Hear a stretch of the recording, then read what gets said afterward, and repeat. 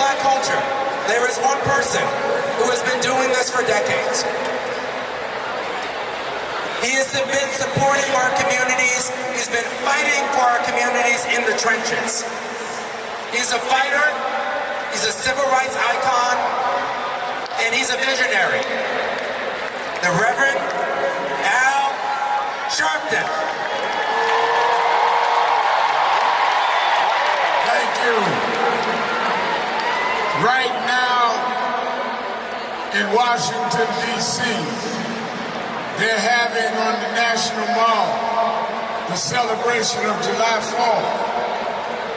But what they will not talk about is on July 4th, 1776, black people were slaves in this country. We were not part of the Declaration of Independence. But we celebrate tonight because 250 years later, we never stopped fighting, we never backed down, we took nothing and made something happen. If you want to celebrate something, celebrate that we built this nation on our backs and never got paid. They sing America the Beautiful. We made America beautiful. They say America the Great. We made America the Great. And we fought and we bled and we died to get the right to vote. And now Trump and them are trying to take that right. We fought too hard. We spent too many nights in jail. We're going to vote like we never voted before.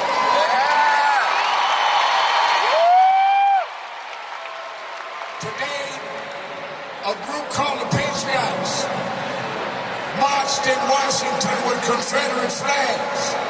Well, on August 28th, Martin Luther King III and I are having a march in Washington on the day his father gave the I Have a Dream speech. I want everybody to be there. We're going to stand up and show the dignity of our people.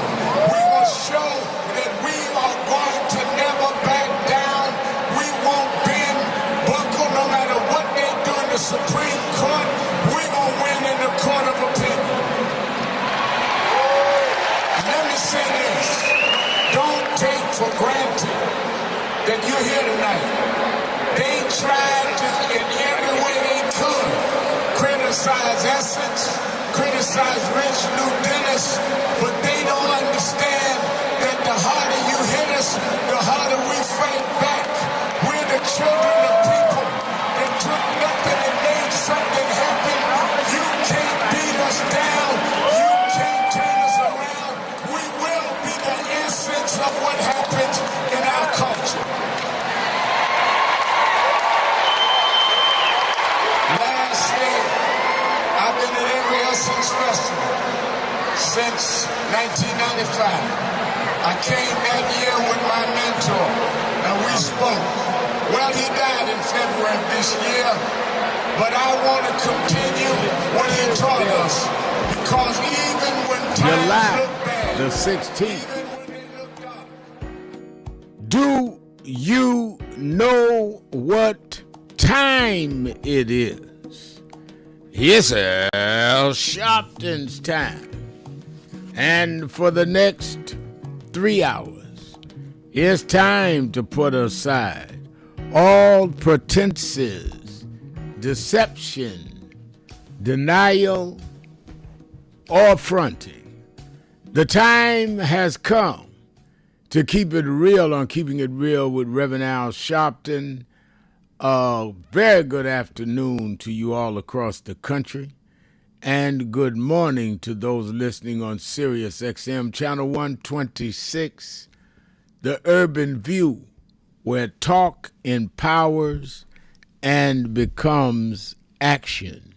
I'm coming to you live from our National Action Network corporate headquarters in New York. For the next 3 hours, you can call in and be heard, or you can go to the message board. You can be heard by calling in at 1-877-532-5797, 1-877-532-5797, or you can go to the message board and you can send a message over the message board. We read it on the air at www.nationalactionnetwork.net. And I see already on the message board people are coming in. Good afternoon, Reverend Sharpton in chat group. Tanya Stovall. Good afternoon, Reverend Sharpton. Willie Franklin. Good afternoon, Reverend Al Sharpton and Nan from 513 Cincinnati, Ohio. And then I had one that was a question. Deborah Fleming is saying, "Hi, Reverend Al Sharpton. My question: Are there any plans y'all are putting together if ICE be around polling places during the midterms?" I think I answered that. We're doing voter brigades. That's what we're announcing at the march on August 28th. We're organizing brigades to be at all of the polling sites, particularly in key states, with cameras and videos, and we're having ministers and all be there so that people will feel confident that they can vote without interference, and we can film if there is any infraction. The fact that we're going to have organized groups there will make them not want to do anything that's going to be filmed. And we're setting up a whole network where people can video and film and download it to us immediately at headquarters, and I'll pop it right on the air. Yes, the answer is yes. We're going to lay a lot of it out at the march on August 28th. A lot is happening. President Trump is supposed to address the nation tonight at 9 p.m. Eastern Time, and it's expected that he is going to attack the voting process, say again that there was widespread fraud and he really won the election, and discredit the votes in Georgia, which would also mean that Senator Warnock is not duly elected, fairly elected, and Senator Ossoff. That's what's expected. Now, nobody knows what this man is going to say or do. I cannot guarantee you what he's going to say, but I can guarantee you it is going to be probably false stuff, whatever he's talking about, whether it's Iran, whether it's voting. Truth and Donald Trump just don't hang out together, in my opinion.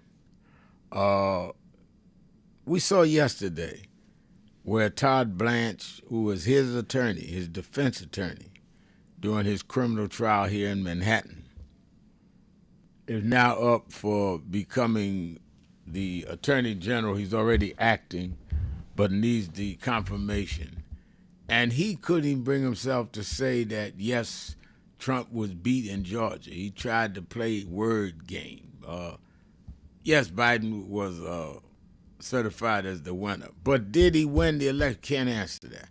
Same thing happened with Clayton, who's now up over to be the ones to take over intelligence. Anytime you got a grown man, in this case, two grown men, that are so afraid to tell the truth, they'll not be in leadership positions. But that's the climate we're working in. And we need to deal with that. I want to talk about that today. Talk about how the Congress voted not to reduce the aid to Israel. 100 Democrats did vote to end it. My position was that I understand Israel is a military ally of the United States in that region, but you cannot continue to not hold them accountable for what Netanyahu and them are doing in Gaza. And the funds would have been a way to say, look, y'all are going to have to clean this up. Y'all are going to have to stop your inhabitation of Gaza and your attacks or we can't fund it. There should have been some hard negotiations on that, in my opinion. Now, right away, I'm sure people are going to say, well, Hakeem and the leadership voted, all except one voted to cut the funds. I think they played politics trying to keep their caucus together. I'm not making an excuse for them because I already stated my position. But we can talk about all of that. I think that wisdom tells me, though, that the United States is going to have to alter a lot of what they're doing just to function in the world, because the way is not going there. The way they thought is not going their way. So we are dealing with the inevitability of truth crushed to earth rising again. I was reading Edge of Canaan, book about Dr. King and the movement, and I was reading about all that he is,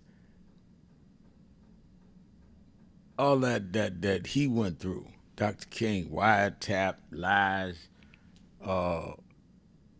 When he was killed, he had been 67% negative in the polls among blacks. Over 2/3 of blacks was not with him because he came out against the war in Vietnam, and they said it was hurting the black cause. And I think that, hey,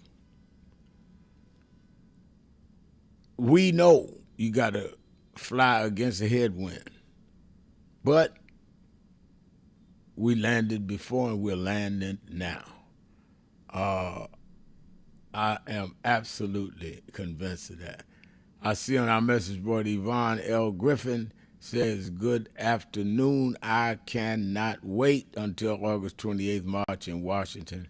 Syracuse, New York will be there. All right, Yvonne, love that.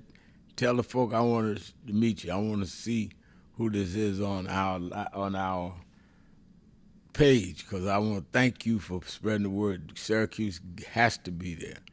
Roderick McCoy is saying, I'm not a fortune teller, but am willing to bet everything I have that 99% of what he says tonight will be a lie. Well, I won't take that bet. I won't take that bet, Roger. I'm not a betting man, but I won't take that bet. And it's a shame. You know, we can all mock and ridicule, and certainly there's reason to do so. But when you think about it, it's a shame that the country has to have such low confidence in its president. Republican or Democrat, you should not have to deal with that kind of disbelief and question with a man who has all of our lives in his hand. It's really sad. And then at the same time, something that's just as sad is, given the conditions, given his behavior, you still got to beg our folks to get out and vote. Well, I don't know what it does. Well, I tell you what it does do. It puts guys like him in office because we're not voting. Let's talk about all that. Barbara Jean is on our message board saying Thursday afternoon. Greetings from Chicago. All right, love Chicago. Bree Allman is saying, love your work. Thank you very much. I appreciate that. I think that a lot to talk about today. Let's get right into it. 1-877-532-5797. 1-877-532-5797. Or go to the message board at www.nationalactionnetwork.net. Be right back.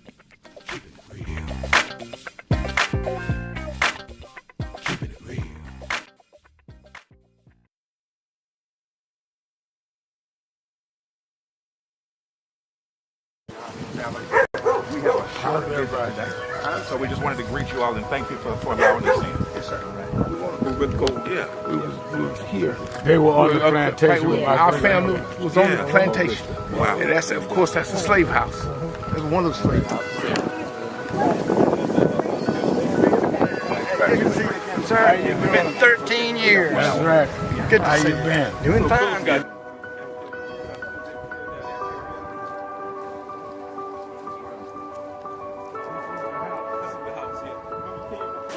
Last time, and we Alexander Shelton.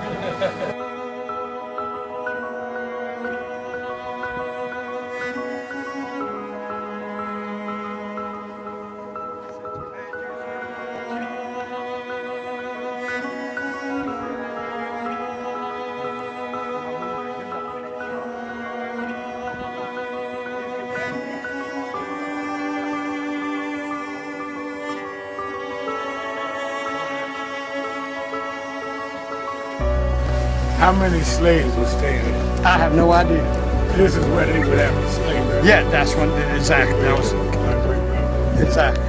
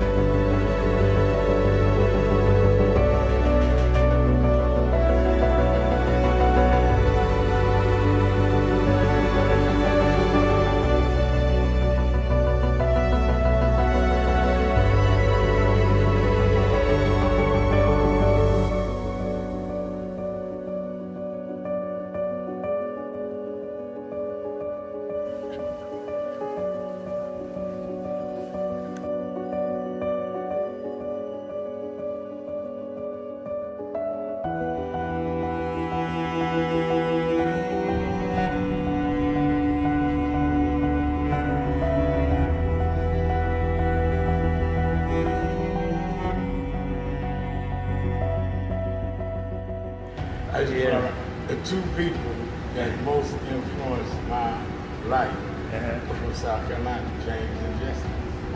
Jesse right up the road with me. I went and spoke at his mother's funeral. Jesse walked me to my mother's casket. From South Carolina. That's the balance of my life, James and Jesse. Yeah. Civil rights, shoulders. But also where your people from too. Literally. Yeah, right. And where I knew Jesse was from James, you know, I started president. Yeah. And James had died before I knew about him in South Carolina. Oh, really? Yeah, James died December 25th. He died Christmas Day, '06. And they came to do the story for February of '07. They came in January. His daughter swear that was his daddy and him and pushing the information out. Wow. And I called Jesse and told me, you know that my great-grandfather was a slave about 45, because Greenville right up to I-20. He said, I told you we was connected. That's why you gotta listen to me. But no.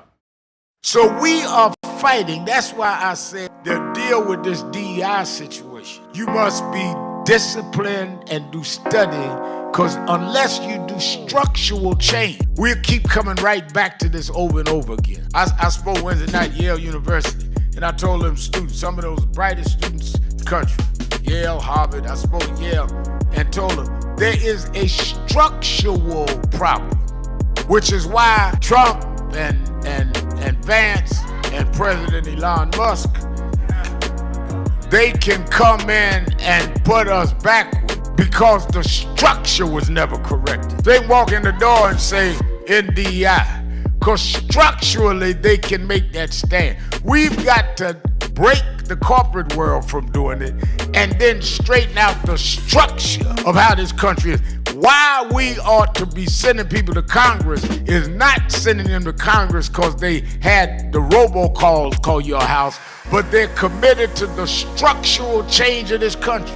What Trump is successful on is playing on a weak structure, so he can make it go either way. It should not be so unclear that you can play the game either set of way. It must be firm that you got to repair the damage done to the children of the slave and straighten out the structure that we are not 3/5 human.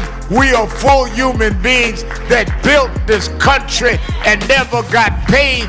That's what reparations is.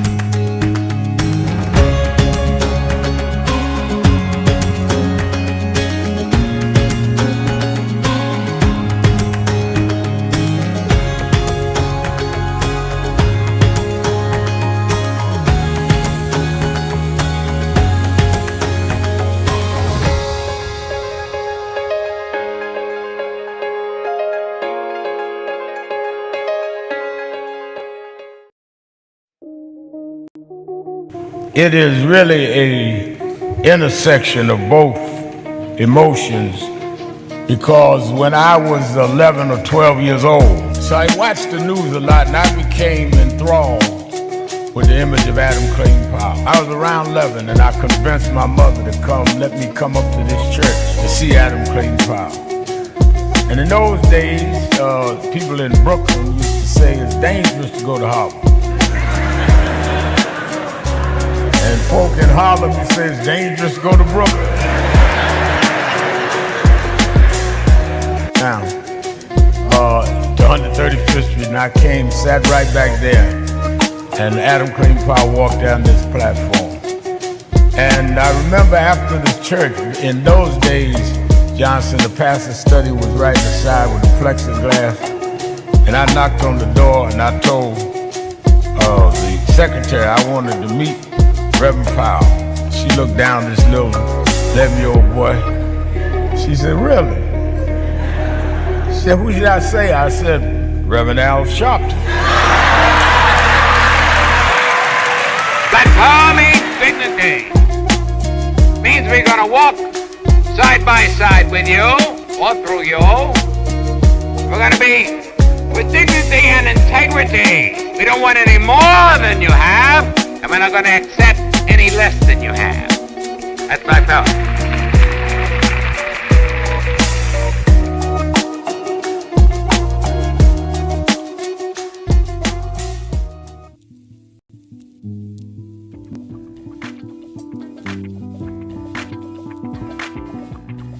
I had a thought this morning that I wanted to share.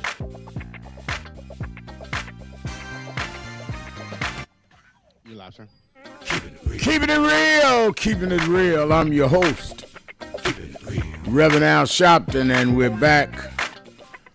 1-877-532-5797. 1-877-532-5797. And I really, I guess I should not be surprised, but I also should normalize the madness that is going on out here, given this administration. I mean, we're really sitting up here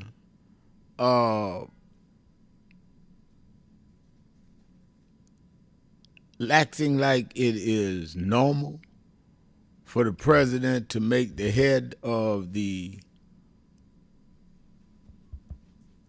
Attorney General's office, the head of the Justice Department, a man who was his private attorney in a fraud case, that he was convicted of 34 felonies, and we're sitting up acting like this is normal, that he's afraid to say that Joe Biden won in 2020 and that Donald Trump lost the election. I mean, are we really sitting up here where they are changing the voting districts? That's why we march on August 28th. And we act like that's just normal. They just move your house out of one district to another so that they can break up the voting blocks that would threaten their particular party person. And we act like this is normal. I'm not, I said it at Reverend Jackson's funeral. The problem ain't Trump, the problem's us. Because we're allowing this to happen. And there is no real fight back. Not consistently. Every once in a while, people getting mad, but not consistent. That's why we have this march, because we're going to have lay out a whole fall of what we need to say and what we need to do. And I think that it is important, and a lot of us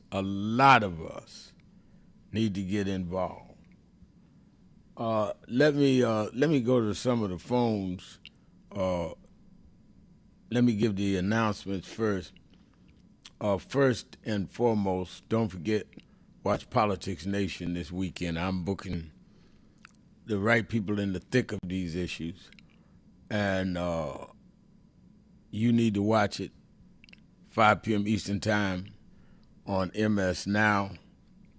And MS Now turned 30 years old yesterday. They had a dinner last night just for the hosts and people that have been president, and I went and they talk about how our show is outstanding. And because we take time, I take time to get the right guests, people in position, and ask them the questions that I know people want to know, some of which I get from talking on the radio every day. So watch Politics Nation with Al Sharpton live at 5 on MS Now. Then you there in the New York, New Jersey, Connecticut area, we're having our Saturday Action Rally at our headquarters, which is the House of Justice in Harlem at 6 Hancock Place, which is 124th and Morningside. Hancock's just 2 or 3 blocks in the middle of that little island there of where gas station is. So Morningside, 124th, many of you know where that is. But if you're getting in an Uber or something, it's 6 Hancock Place, 9 a.m. to 11 a.m. And then, of course, you can watch it that you are not in the area. You can watch it live on Impact Television or at nationalactionnetwork.net or YouTube/NAN or the AME Zion Network. So make sure you that have not signed up for the march. We got 3 more national unions have signed up, bringing their members. So sign up so we know you coming, can accommodate, and we want you to help bring other people, and we'll help you do it. All you have to do is go to www.nationalactionnetwork.net, and you can register and say, I want to organize a bus, or I want to know if the bus is already organized near me. Go to March on Washington 2026.com or nationalactionnetwork.com. I see on our message board Pamela Edgar is saying, I won another battle with my local McDonald's here in Lebanon, Illinois. My electric wheelchair is not considered a car. According to one employee, I ended up getting my free food anyways.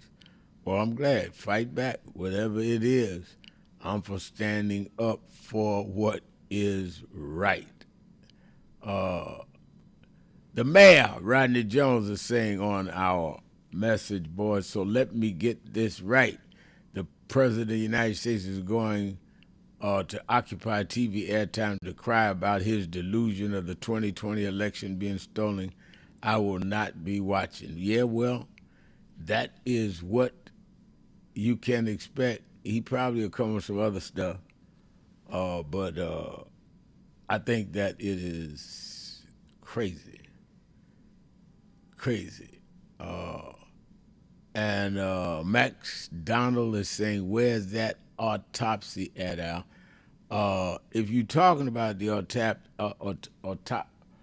autopsy of Nolan Wells, that's what we're waiting on.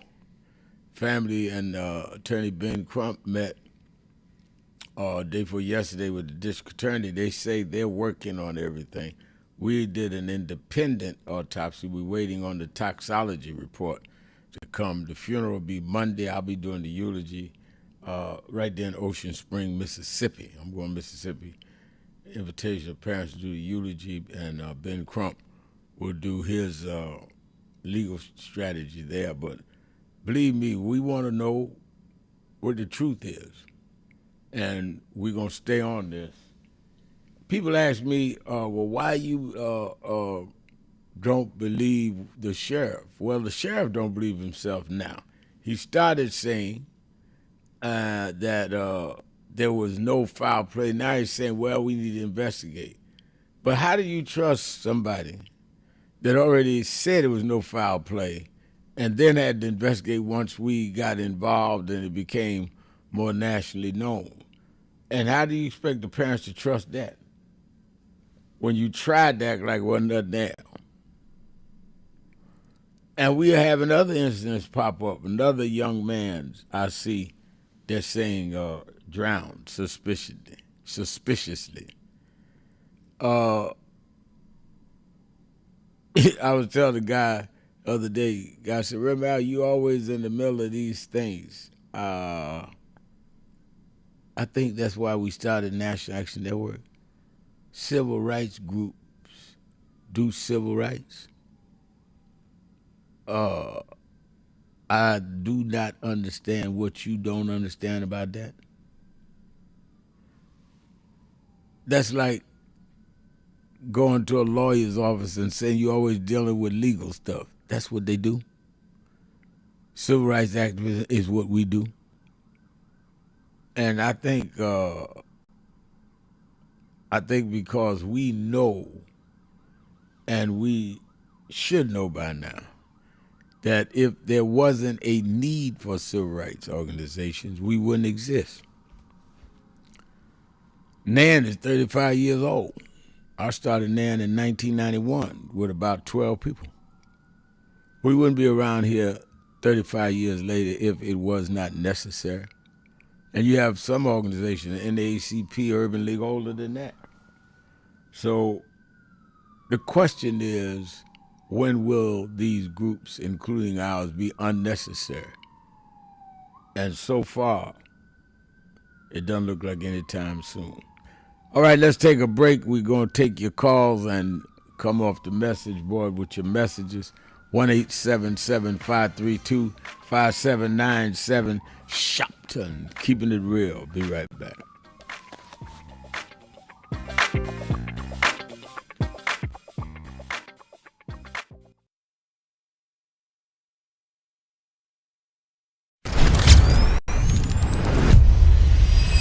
This organization has been on the front line. People ask me, why do families call us? Because we never leave them.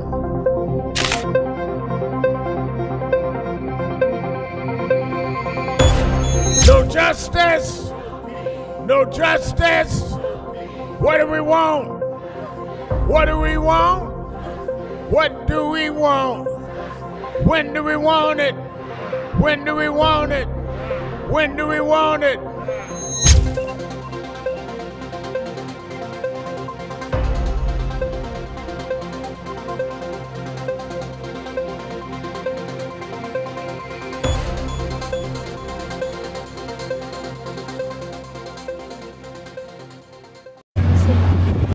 Centering itself, the millions to billions, gives a sense of value.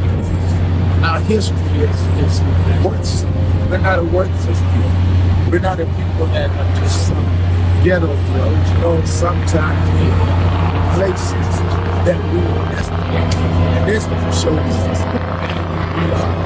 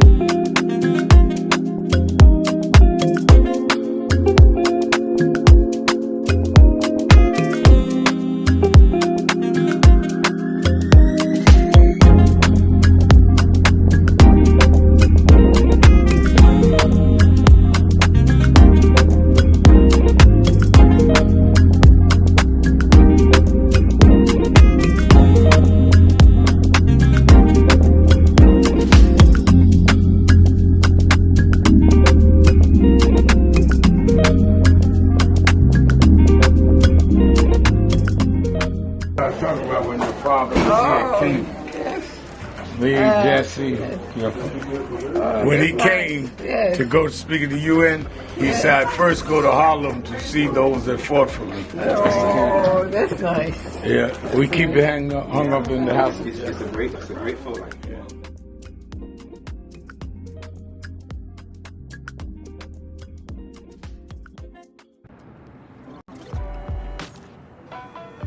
Reverend Al Sharpton has been a steadfast advocate for the power of voting since the 1990s, always encouraging us to get out and make our voices heard at the polls. In these challenging times, there is no better moment than now to stand up, fight back, and vote for what's right. With so much at stake in the world and in our government, it's crucial that we take action and participate in shaping our future. Your vote is your voice. Let it be heard. Voting is the expression of our commitment to ourselves, one another, this country, and this world.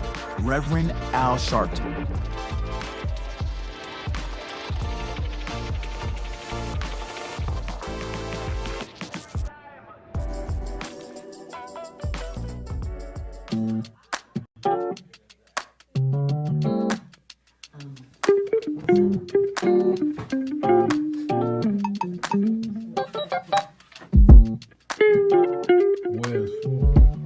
I see I'm in today's New York Times word puzzle, and they're asking what is Al Sharpton's title for short. It's Rev. I didn't know everybody knew that. But the people in the New York Times, they didn't call me Rev. They should call me Reverend. No.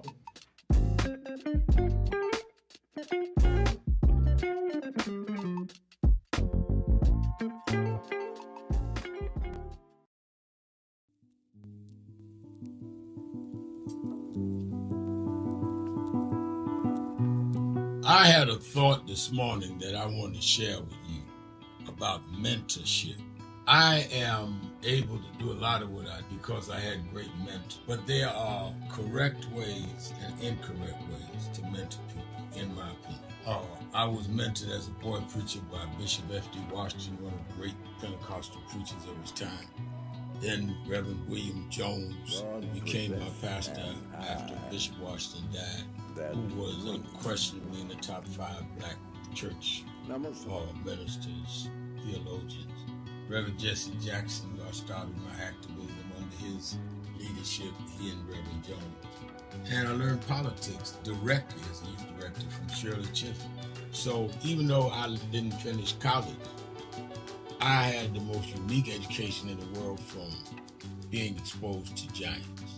But the one thing I learned is as I grew older and people started coming younger than me and wanted me to teach and mentor them, the magic of the mentors I had is they did not want me to be their clone.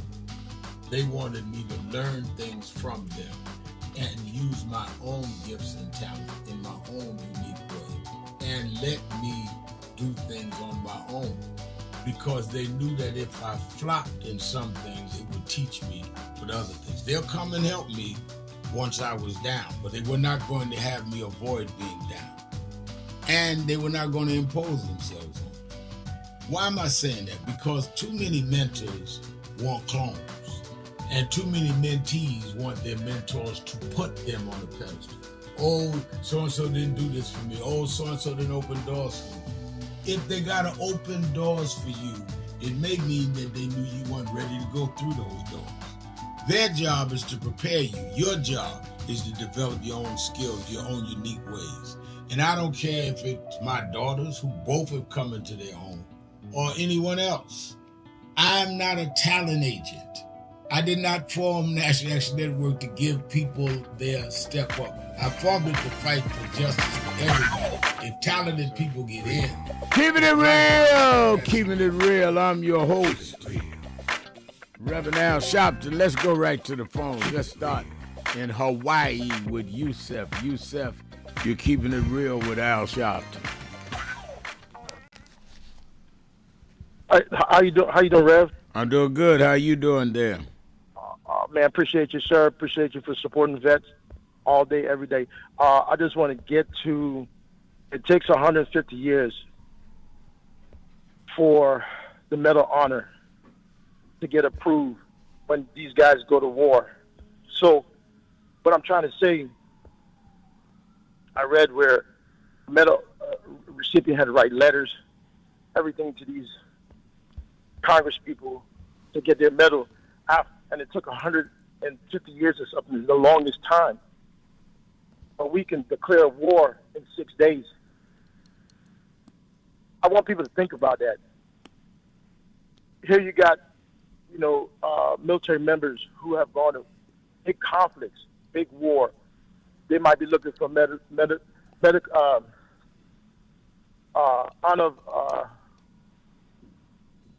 honor. It takes the longest. It took 50 years, 150, but it takes 6 days. I want to look at Obama. Obama, when he talks, people say he talks white. J.D. Vance, when he talks, he's trying to talk white, even though he's from a poor neighborhood. He should talk about what he's been through as a welfare recipient when he was young and just be real, right? Right. This is leading up to the job interviews that we talk about here on the show, Rev. We brought that job interview up, and that's what we're seeing right now displayed in live time, job interviews. What's the consequences of lying on a job interview? The guy said this is a job interview. You got the administration firing federal employees, but here's a guy who is going up for a federal job. Right. They are drooling at the mouth for a federal job on the highest of the highest position to alter people's lives. As a vet, I get frustrated because when you go to these interviews for these jobs, I have to tailor myself, right, to get these jobs. If you go on YouTube, they got tons of job questions. They're going to need to start changing these questions. If you come in here to take this job, are you going to alter people's lives? If they say no, we need to document that. Because if they come in and alter people's lives, we can say you're fired. Next, probationary. When you come in for a job that high, you should be on probationary level. Right. You should be on probationary for 2 years. So that means if you come in and you cause people to lose their lives, lose their job, lose their income, you are now fired. You're released from the position. And here's another job question. Are you a yes man? If I was a job interviewer, are you the yes man? Are you here to kiss the boss butt? Will you disagree with the boss if something is totally immoral, unethical? Would you tell the boss that's wrong? There's a possibility the employee might get fired, but are you willing to do that? The job interview is tailored. It's just like AI. Rev, I don't have the proper grammar, and I'm not ashamed of that. I grew up in New York. I'm proud of where I'm come from. I got Ebonics in my vocabulary, okay? But a job interview is like AI. When you go to AI and try to speak perfect English,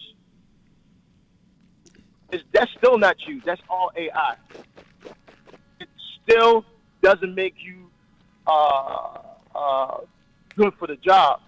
I think people are scared of people who can bring results. Yeah, right? I agree with that. They're scared of people who can bring results, and that's why they get rid of us over DEI. That's why they get rid of us, because we have that integrity and commitment to bring out the best of our abilities, and people are scared of us to get into these positions because we'll make changes. The testosterone. Veterans suffers from testosterone. Do you know we got denied for testosterone levels? The food, Rev, the fast food on base. The food. I know you're a big PT guy. I know you run in the gym, Rev. I know you eat well. I would take some of that money from Iran conflict and put it on the military base for people, for troops and military families to have healthy food, healthy nutrients, working with military spouses to come out and present their healthy food so they can earn income. So we can deal with the welfare situation in the military, so military spouses, military members can start making money on the base. But when they start hearing days like that, they said, "No, man, we can't put him in the next position because he's going to make a difference, and he's going to make us look bad." When you look at the Norman Wells situation with his brothers, you see one black guy and three white young people. When I look at that picture, I was thinking about the story of Joseph.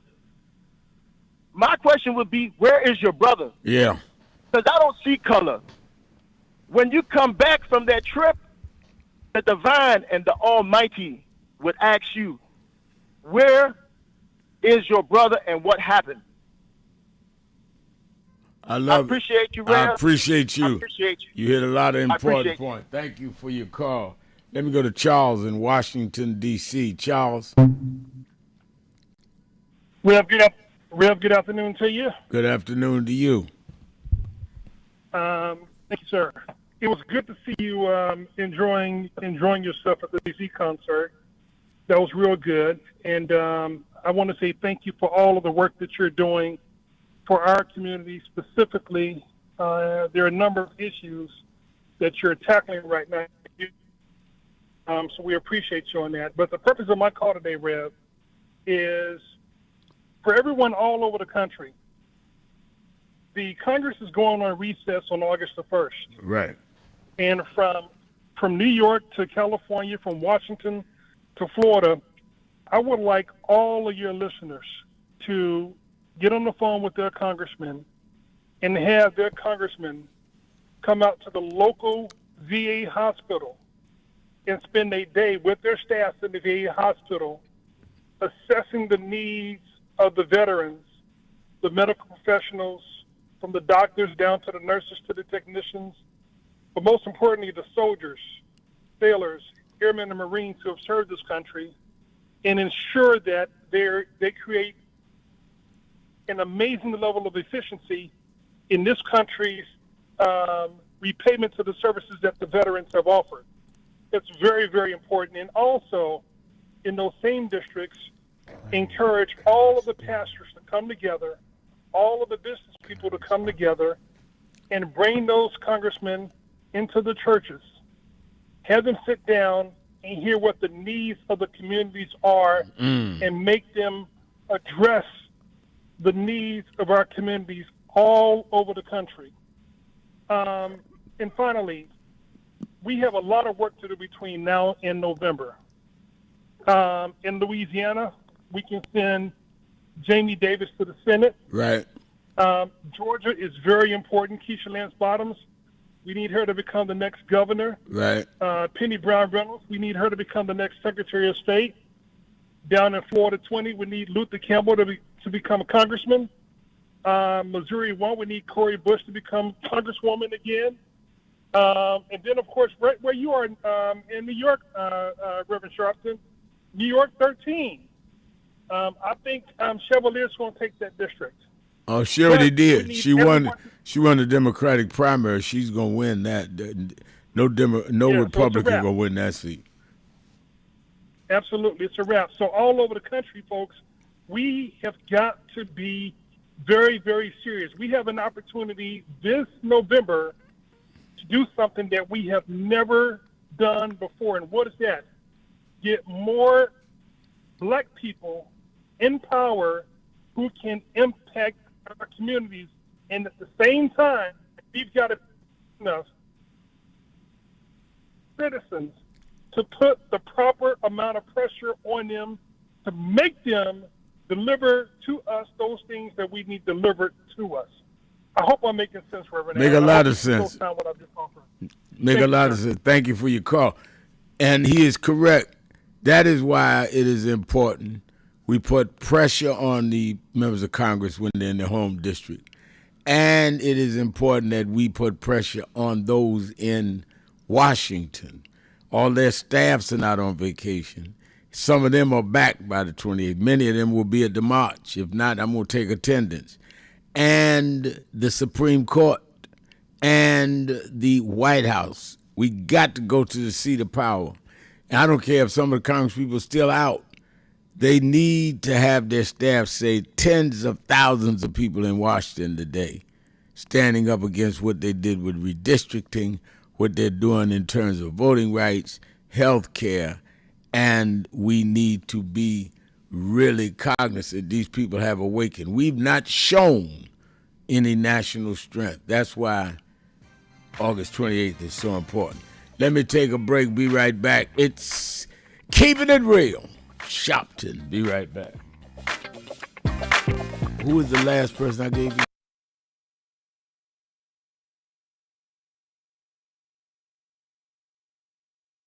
Thank you for joining us for Weekdays Live with Reverend Al Sharpton. Take the time to share this broadcast right now. Tell your friends it's time to keep it real with Reverend Al. Comment your questions now in the chat or call Reverend Al Sharpton directly on air at 877-532-5797. Now stay tuned for Reverend Al. This is Reverend Al Sharpton. As you watch the broadcast, support National Action Network. Go to www.nationalactionnetwork.net and be involved. You can join, take your membership right online, www.nationalactionnetwork.net.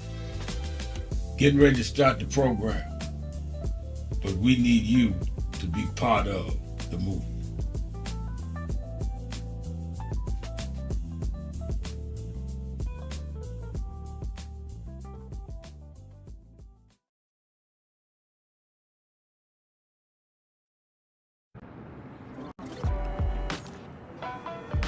Reverend Al Sharpton has been a steadfast advocate for the power of voting since the 1990s, always encouraging us to get out and make our voices heard at the polls. In these challenging times, there is no better moment than now to stand up, fight back, and vote for what's right. With so much at stake in the world and in our government, it's crucial that we take action and participate in shaping our future. Your vote is your voice. Let it be heard. Voting is the expression of our commitment to ourselves, one another, this country, and this world. Reverend Al Sharpton.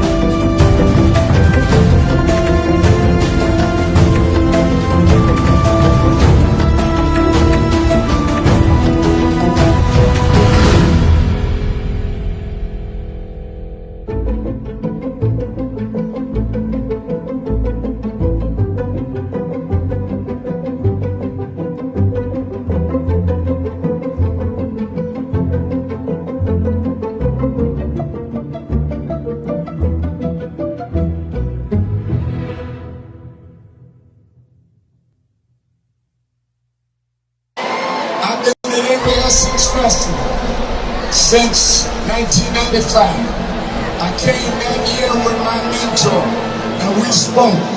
Well, he died in February this year, but I want to continue what he taught us, because even when times look bad, even when they look dark, I remember when my mentor taught me, Reverend Jesse Jackson. He said, keep hope alive. Even if you can't figure it out, keep hope alive. Even if it doesn't look like you can make it, keep hope alive. In memory of Jesse Jackson, say that with me tonight. Let him know on July 4th from New Orleans, keep hope alive. Keep hope alive. Keep hope alive. Keep hope alive. Keep hope alive. Keep hope alive. Keep hope alive. Keep hope alive. Thank you, God bless. It gets dark sometimes, but the morning comes. Don't you surrender. Suffering breeds character. Character breeds faith. In the end, faith will not disappoint. You must not surrender. You may or may not get there, but just know that you're qualified and you hold on and hold out. We must never surrender. America will get better and better. Keep hope alive. Keep hope alive. Keep hope alive. On tomorrow night and beyond. Keep hope alive. I love you very much. I love you very much.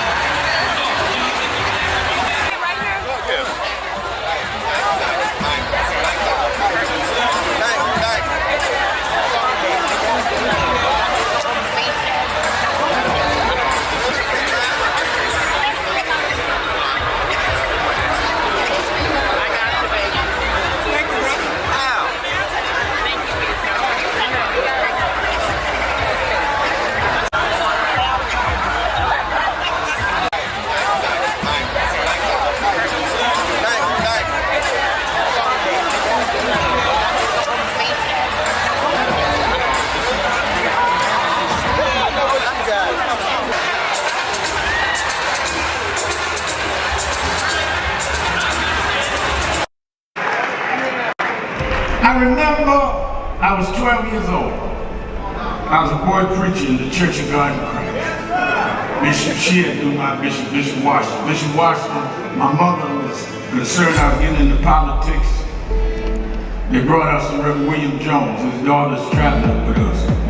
And Reverend Jones introduced me to Jesse Jackson. I became his youth director in New York at 13. I liked Reverend Jackson because he was a little hipper than the older preachers. He was 27, I was 13 by the time I became youth director. So he was like a father figure to me. When I got about 40, he said, quit calling me father, call me big brother.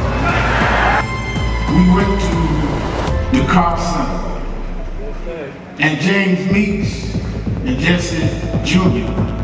and I had dinner with him that night. And that's where he said to us, Al, Meeks, Jesse Jr., y'all are my disciples. And we said, disciples? And for years we joked each other. I'd come in the room and Junior said, here's disciple number one. But discipleship meant you carried forth the vision. The next day, he took me on the ferry to Goree Island, Mrs. Jackson. On Goree Island, he showed me where the slave camps were. And I will never forget, he said, Al, you see what that artifact is? I said, what's that? He said, they call it the door of no return. When you go through that door, you either made it to America to slavery, or you died in the Atlantic. The door of no return. But I talked to him about 3 years ago. And I reminded him, I said, remember when you brought me to the door of no return? He said, yeah. I said, well, we did return. We returned the President of the United States, Barack Obama. We returned the Vice President, Kamala Harris. We returned with businessmen. They thought they sent us as slaves. We came back as global liberators. The problem is that too many of us did not join the movements that sponsored us. And there was a breakout in 2024 called Negro Amnesia, where you forgot where you came from and forgot how you got where you got. I am your host, Reverend Al Sharpton, and we're back.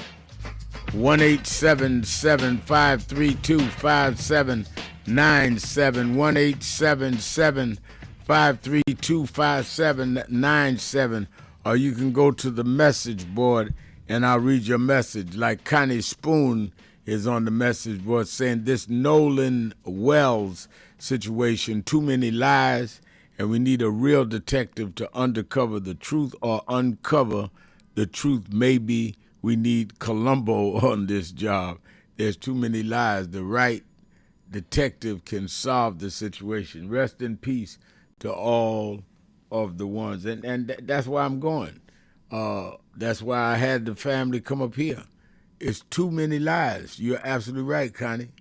You can't explain to me why 3 guys left him, said he told him to take his cell phone and his car keys with them. Why? You gonna be on an island by yourself? One is saying, well, I think he hooked up with a girl. That's all the more reason you want to keep your cell phone. So it doesn't add up. And then when the parents use 360 tracker to find out you had the cell phone, you didn't voluntarily bring it to them. You denied you had it, then you finally had to admit you have it, and had to admit you're lying about it, didn't have the car keys. Why would you lie to the parents? And why is everything erased from his cell phone? All of his messages, all of his photos erased. Too many questions. Well, remember, I don't jump to conclusions. I didn't jump to conclusions. The sheriff did. I said they need to investigate it, all angles, including if race was involved. We don't know it was, but we don't know it wasn't. Sheriff said that we don't see any foul play a day or 2 days after it happened. So I definitely agree. All right, let's go to Deborah Fleming on, pull up her message on our message board. Says, if Hakeem Jeffries becomes the first House Speaker this November, how would Trump work with him? Well, being a black man. Well, how did they Clinton deal with Newt Gingrich? I mean, there has been speakers from the opposing party, and they had to find mid-ground. The problem is if he don't become speaker, then you have nobody balancing him off. If Hakeem becomes a speaker, Trump has no choice but to negotiate with him. Otherwise, they can stop all of Trump's legislation in the House of Representatives. So that solves itself if we get the majority of the House Democratic and they elect Hakeem. All right, let's go to Disco Brian in Philadelphia, WURD. Disco Brian. Hello, Rev. Thank you for taking my call. Listen, I wanted to respond very briefly to somebody who called yesterday, Joe from Philly. I think he completely misunderstood my point, which you did understand, Rev, when I made the call. And I was not defending... I have no idea what you're talking about. And I'm sure the callers know. What are you talking about? So it was about yesterday's call. I called about how Rahm Emanuel went to Israel and Ro Khanna went to Israel, and were allowed to speak there. And Joe from Philly called and said he kind of misunderstood my point. So all I wanted to say, Rev, was that first off, I explicitly said that I oppose Netanyahu's regime, and my point wasn't about personalities. It was about democracy itself. And democracy isn't proved by whether a government behaves perfectly. It's proved by whether people can organize against that government without being disappeared, imprisoned, or executed. Rahm Emanuel and Congressman Ro Khanna could travel to Israel and publicly condemn Netanyahu because Israel allows that kind of dissent.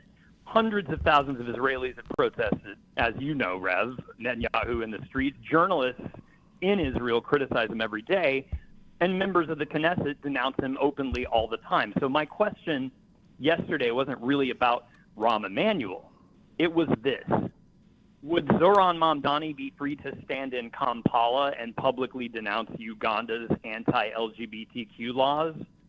Would Ilhan Omar be free to travel to Somalia and openly condemn al-Shabaab and political repression there?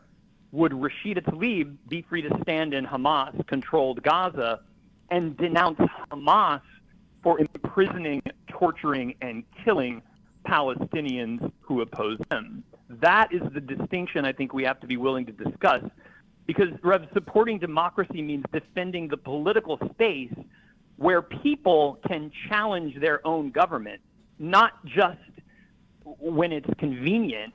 What was everywhere. when Congressman Ro Khanna was in Israel and Gaza last week? Wasn't he detained?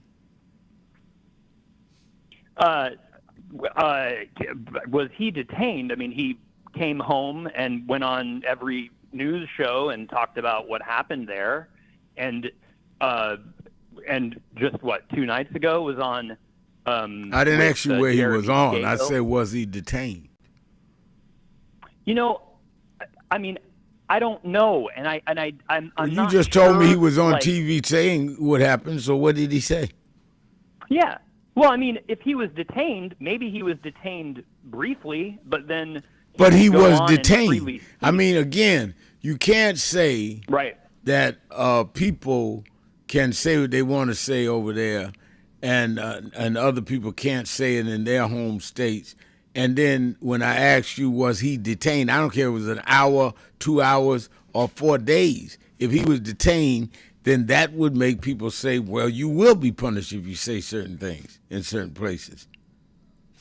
I see, but Rev, what I'm getting at, right, is that I'm wondering why the focus in almost all media now is on that one country when there are human rights abuses and terror regimes being promulgated and uplifted in all of the other places that we're not focusing on. Like, where Rev, where. But let me ask you this, Brian. Right. I'm for a two-state solution. I'm not against that, but I think that people, being that there is a lot of American aid and financial aid to Israel, and not to these other countries you're naming, gives Americans the right to pay more attention to that. Wouldn't you think that? Sure. I completely agree. Yeah. And again, I think that is the fact that we can have this discussion, and that Rahm Emanuel can go to Tel Aviv and speak at Tel Aviv University and denounce the Israeli regime, Netanyahu's regime. Yeah, he did. I think that. I have spoken in Israel. I've spoken in Gaza. But again, what I'm saying, I'm only going by the premise of your statement of that. Could Mamdani say that in Uganda? I don't think the United States sends taxpayer dollars to the level in Uganda that they do in Israel. So I think people have the right to question Netanyahu more than they question Uganda. They invest in it. I completely agree with that, Rev.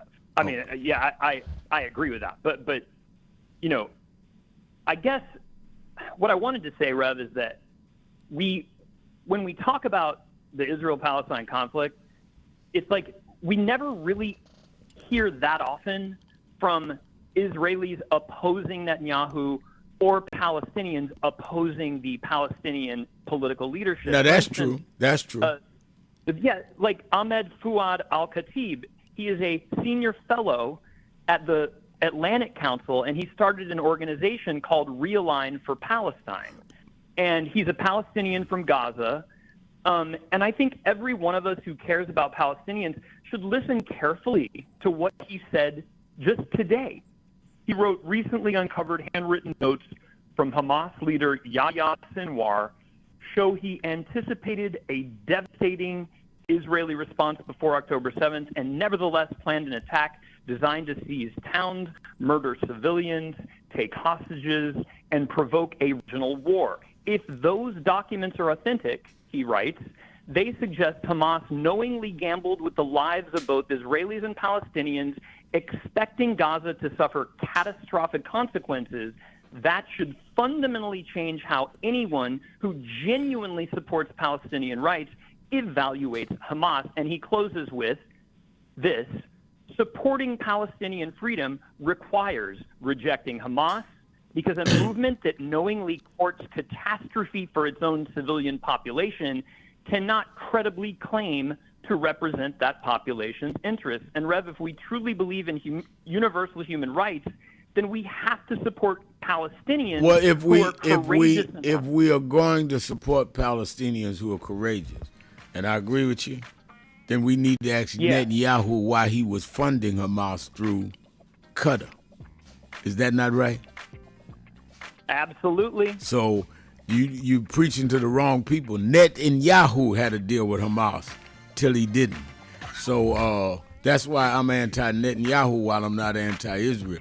But you cannot reprimand people about Hamas and not say that the present head of state in Israel was paying them to keep Palestine divided. Paying them.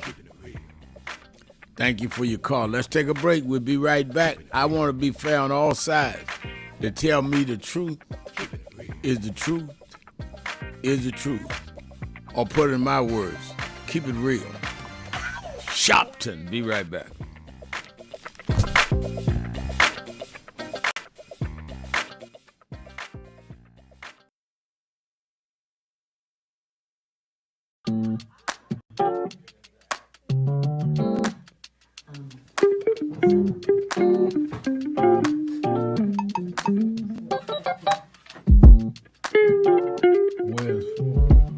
I see I'm in today's New York Times word puzzle,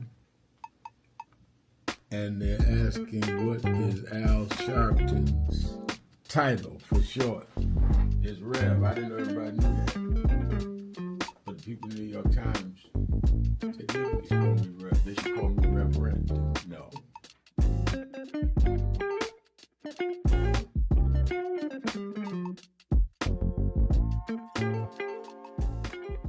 So who is Al Sharpton anyway? Who is this 33-year-old preacher without a church? A number of black New Yorkers as well.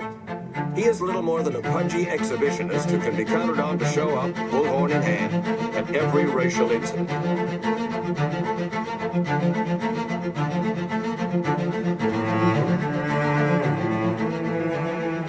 I often quote Mark Twain saying, the two most important moments in life is the moment you are born and the moment you find out why you were born. I had a very troubling conversation the other day that prompted me to do this little video. Young man that I've known a while came to me, and he was crushed. I mean, really crushed, because people were criticizing his work. He's in the ministry, but he's also an actor. And he said he couldn't understand why people were jumping all over, criticizing him, trying to find scandalous and derogatory things about him. And I told him, I said, you know, you very young. You don't know the road I've traveled. They called me everything but a child of God. A blabbermouth, a loudmouth, too flamboyant, an agitator, a racist, I a race had to baiter. learn. Yeah, right. I was not defined by how others saw me. I was defined by how I saw myself and whether I was being true to myself. Some of you watching this don't like me. And it doesn't matter as long as I know what I'm doing and I like me for being real. So I'm doing this video to say to you, whoever you are and whatever you do, you may not be in ministry or social justice, none of this stuff, but don't live your life worried about opposition or people that don't like you. You can turn that around. Use me as an example. The same people that called me a scam artist, a con artist, a sellout, or racial hustler and all, I kept going. And the people I respected started respecting and publicly embracing my work. When Coretta Scott King, the widow of Dr. Martin Luther King Jr., had this to say about Al Sharpton. A leader who has protested injustice with a passionate, unrelenting commitment to nonviolent action in the spirit and tradition of Martin Luther King Jr. And I am talking about your leader, our leader, the Reverend Al Sharpton. The other thing that hasn't changed is the National Action Network's commitment to fight injustice and inequality here in New York City and across America. And that's not only a testament to Reverend Sharpton, it's a testament to all of you who are here tonight. First and foremost, to Reverend Sharpton. I saw him when he first came on the scene, and I have marveled at his tenacity, at the development of his intellect, and his devotion to our movement, and much he has contributed to the world we are experiencing. I am honored, and I must say that when I had my debate with Dr. King on the issue of the church and religion, he didn't warn me that after his departure, his space would be filled by another preacher, and that preacher would be Al Sharpton. All you want in life is people that matter to you to say you did all right. And more important, that you can look in the mirror and say you did all right. Thank you, Rev. Thanks for that introduction. Look, we've known each other for a long time. I'm grateful not only for your leadership and partnership, but quite frankly, more importantly, for your friendship. And thanks to all of you, members of our nation's most important civil rights organization. You have been, over all of your years, such an extraordinary leader.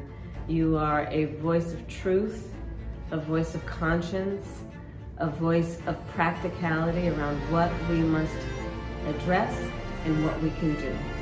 And I thank you so much for your friendship. I remember that most of the youth around Al's age, he was about 12, wanted to be like Connie Hawkins, a great basketball player, legend, or Earl the Pearl, or Clyde Frazier. Al wanted to be like Adam Powell, a powerful preacher with a social justice gospel. He was very close to, at that time, to Reverend William Augustus Jones, powerful preacher and social justice advocate, and Reverend Gardner Taylor State right down the street, and Bishop Washington, whose church he came from, and Reverend Sandy Ray. He wanted to be like these giant preachers. He wanted them to have the edge, however, of the King's social justice dimension. He wanted to be like them. Now he's one of them. Perhaps taller than most of them because of the risks he has taken and the reward God has given him with his gift. I remember so well that I first escorted him to jail. He was around 13 years old. Went to jail fighting the ANP. He was in the lineage of our struggle. He grew up in it. We didn't just see him on TV one night. He didn't happen. He came bottom up, not top down.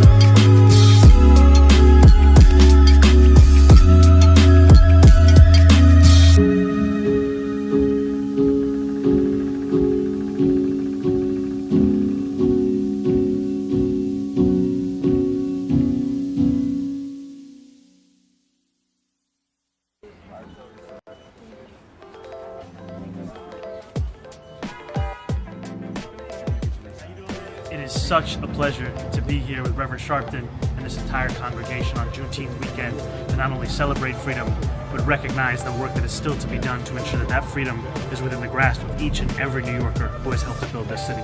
Thank you for having me as always.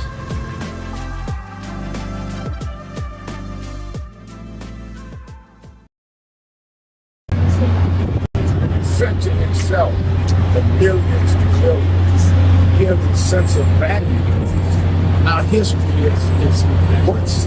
We're not a worthless people. We're not a people that are just some ghetto drugs. You know, sometimes in places that we were destined. And this shows us who we are.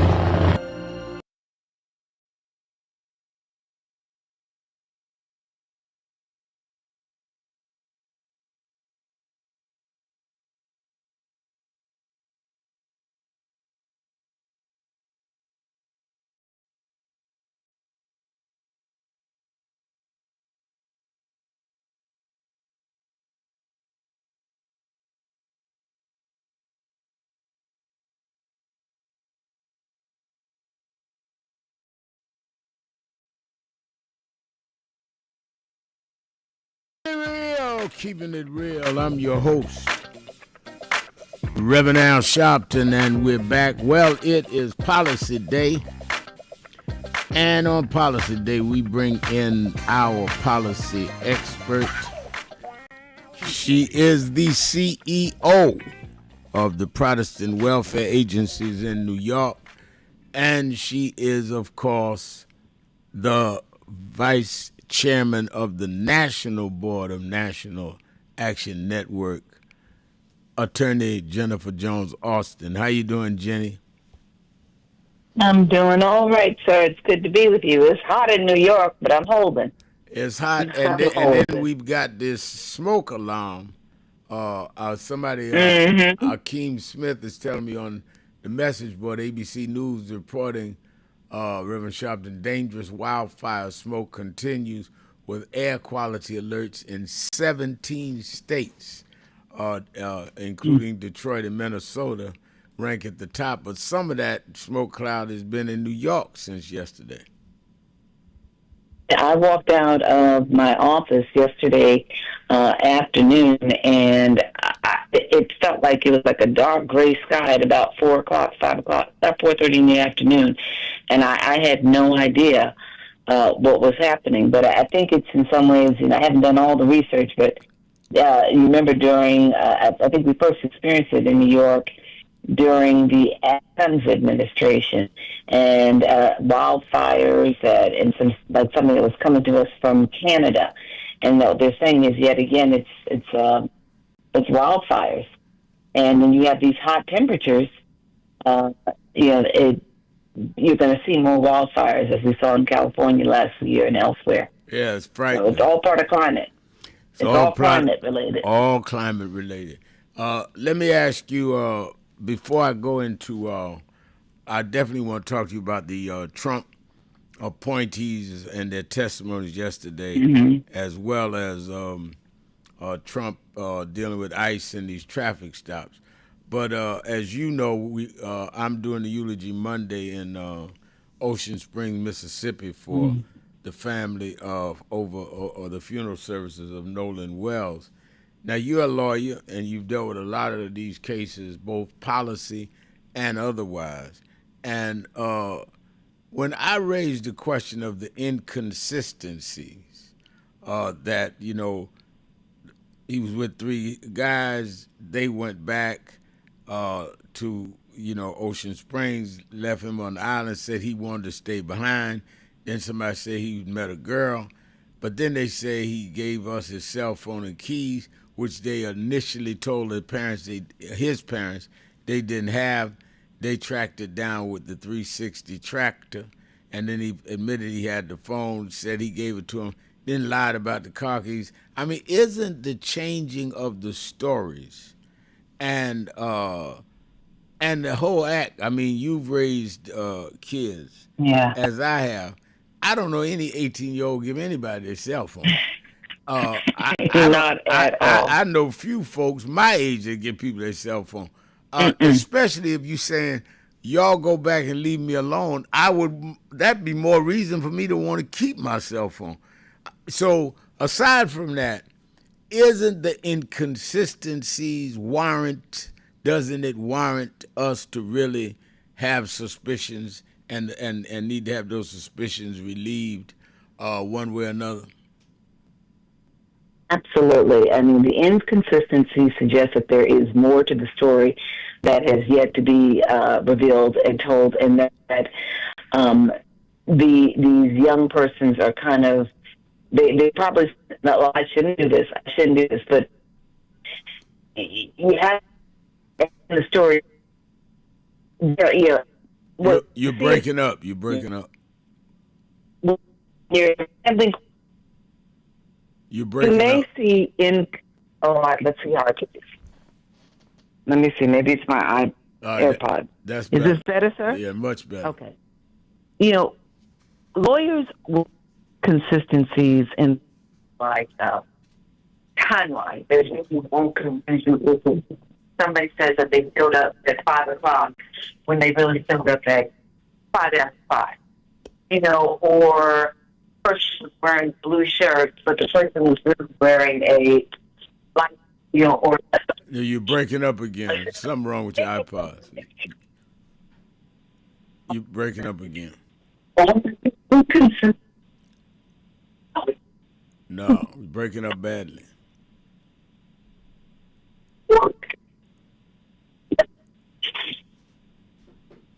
Hello? Why don't you take a phone call? Let me take a phone call. You work with her to get that straight, 'cause I don't hear her at all now. Let me go to the phones and we'll come back. Let me go to, let's go to Rick in Germany. Rick, you're keeping it real with Sharpton and Jones Austin. Good day, Brother Sharpton. Good day. I hope you get Miss Jennifer Jones Austin back, because her voice is a necessary legal and environmental voice.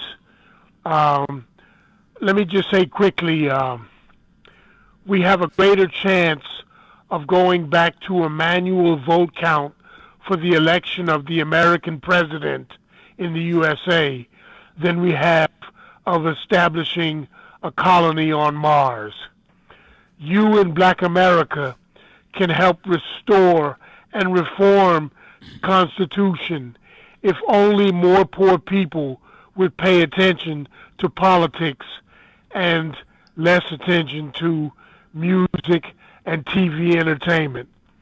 I think the environment is about the vote, just like race politics are about the vote as well.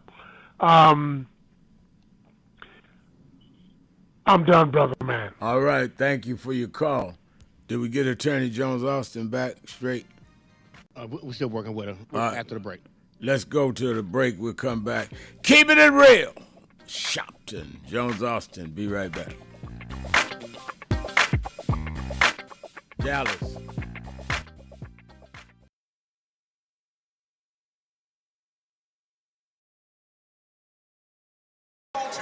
There is one person who has been doing this for decades. He has been supporting our communities. He's been fighting for our communities in the trenches. He's a fighter. He's a civil rights icon. And he's a visionary. The Reverend Al Sharpton. Thank you. Right now in Washington, D.C., they're having on the National Mall the celebration of July 4th. But what they will not talk about is on July 4th, 1776, black people were slaves in this country.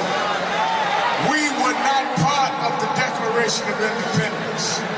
But we celebrate tonight because 250 years later, we never stopped fighting, we never backed down, we took nothing and made something happen. If you want to celebrate something, celebrate that we built this nation on our backs and never got paid. They sing America the Beautiful. We made America beautiful. They say America the Great. We made America the Great. And we fought and we bled and we died to get the right to vote. And now Trump and them are trying to take that right. We fought too hard. We spent too many nights in jail. We will vote like we never voted before.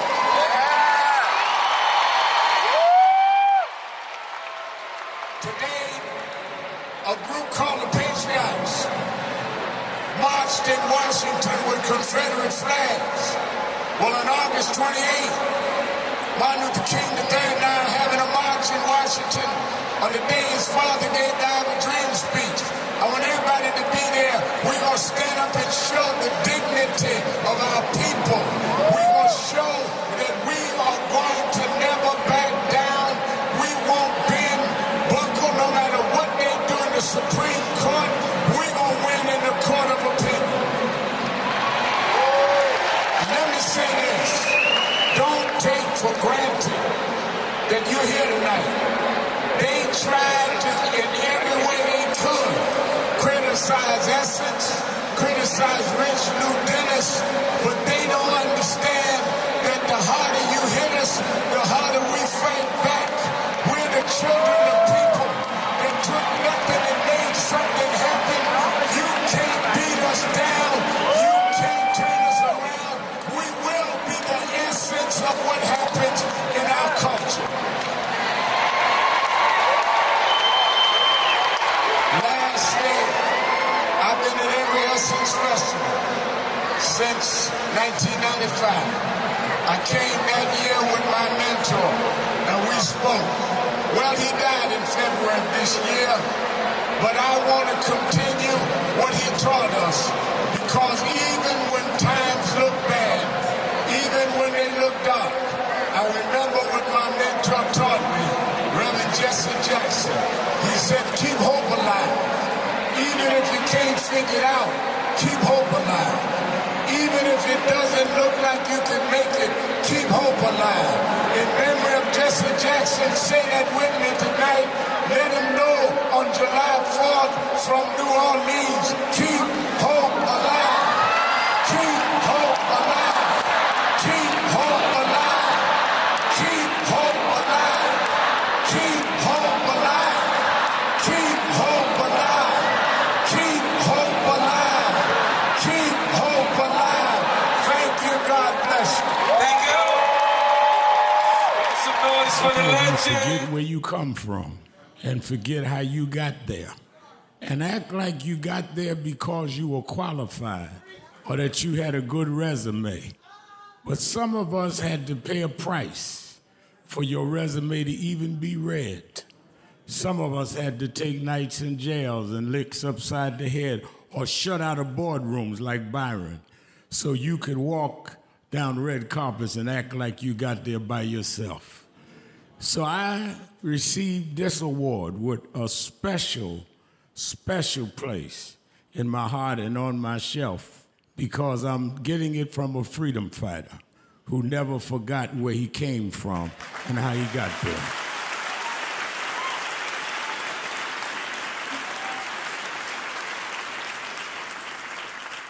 Yes, we've come a long way.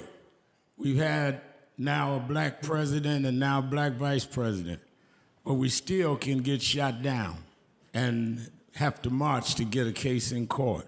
We still can get shut out of boardrooms. We're still doubly unemployed in a good economy. So we're gonna have to keep marching. And I thank not only my family, a mother that raised me by herself, but I thank that lady at the end of the march that knows she won't be on TV that night and knows her name will never be in the paper, but she believed in me enough to get at the end of the line and make me look good. Because Dr. King used to say, if you call a march and no one shows up, you just going for a walk. And I want to thank those that marched with me. 32 years ago, here in Los Angeles, we marched. And then many years later, with George Floyd and others, we're still marching. And I'm going to keep marching. I'm going to keep agitating. And I'm going to keep going.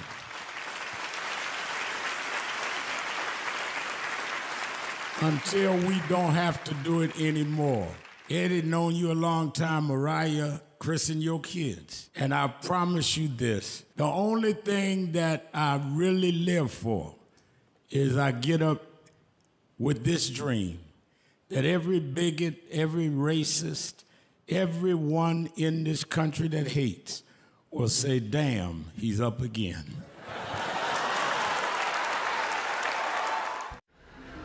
The only thing that will matter 2 minutes after you're gone is what you did for more than yourself.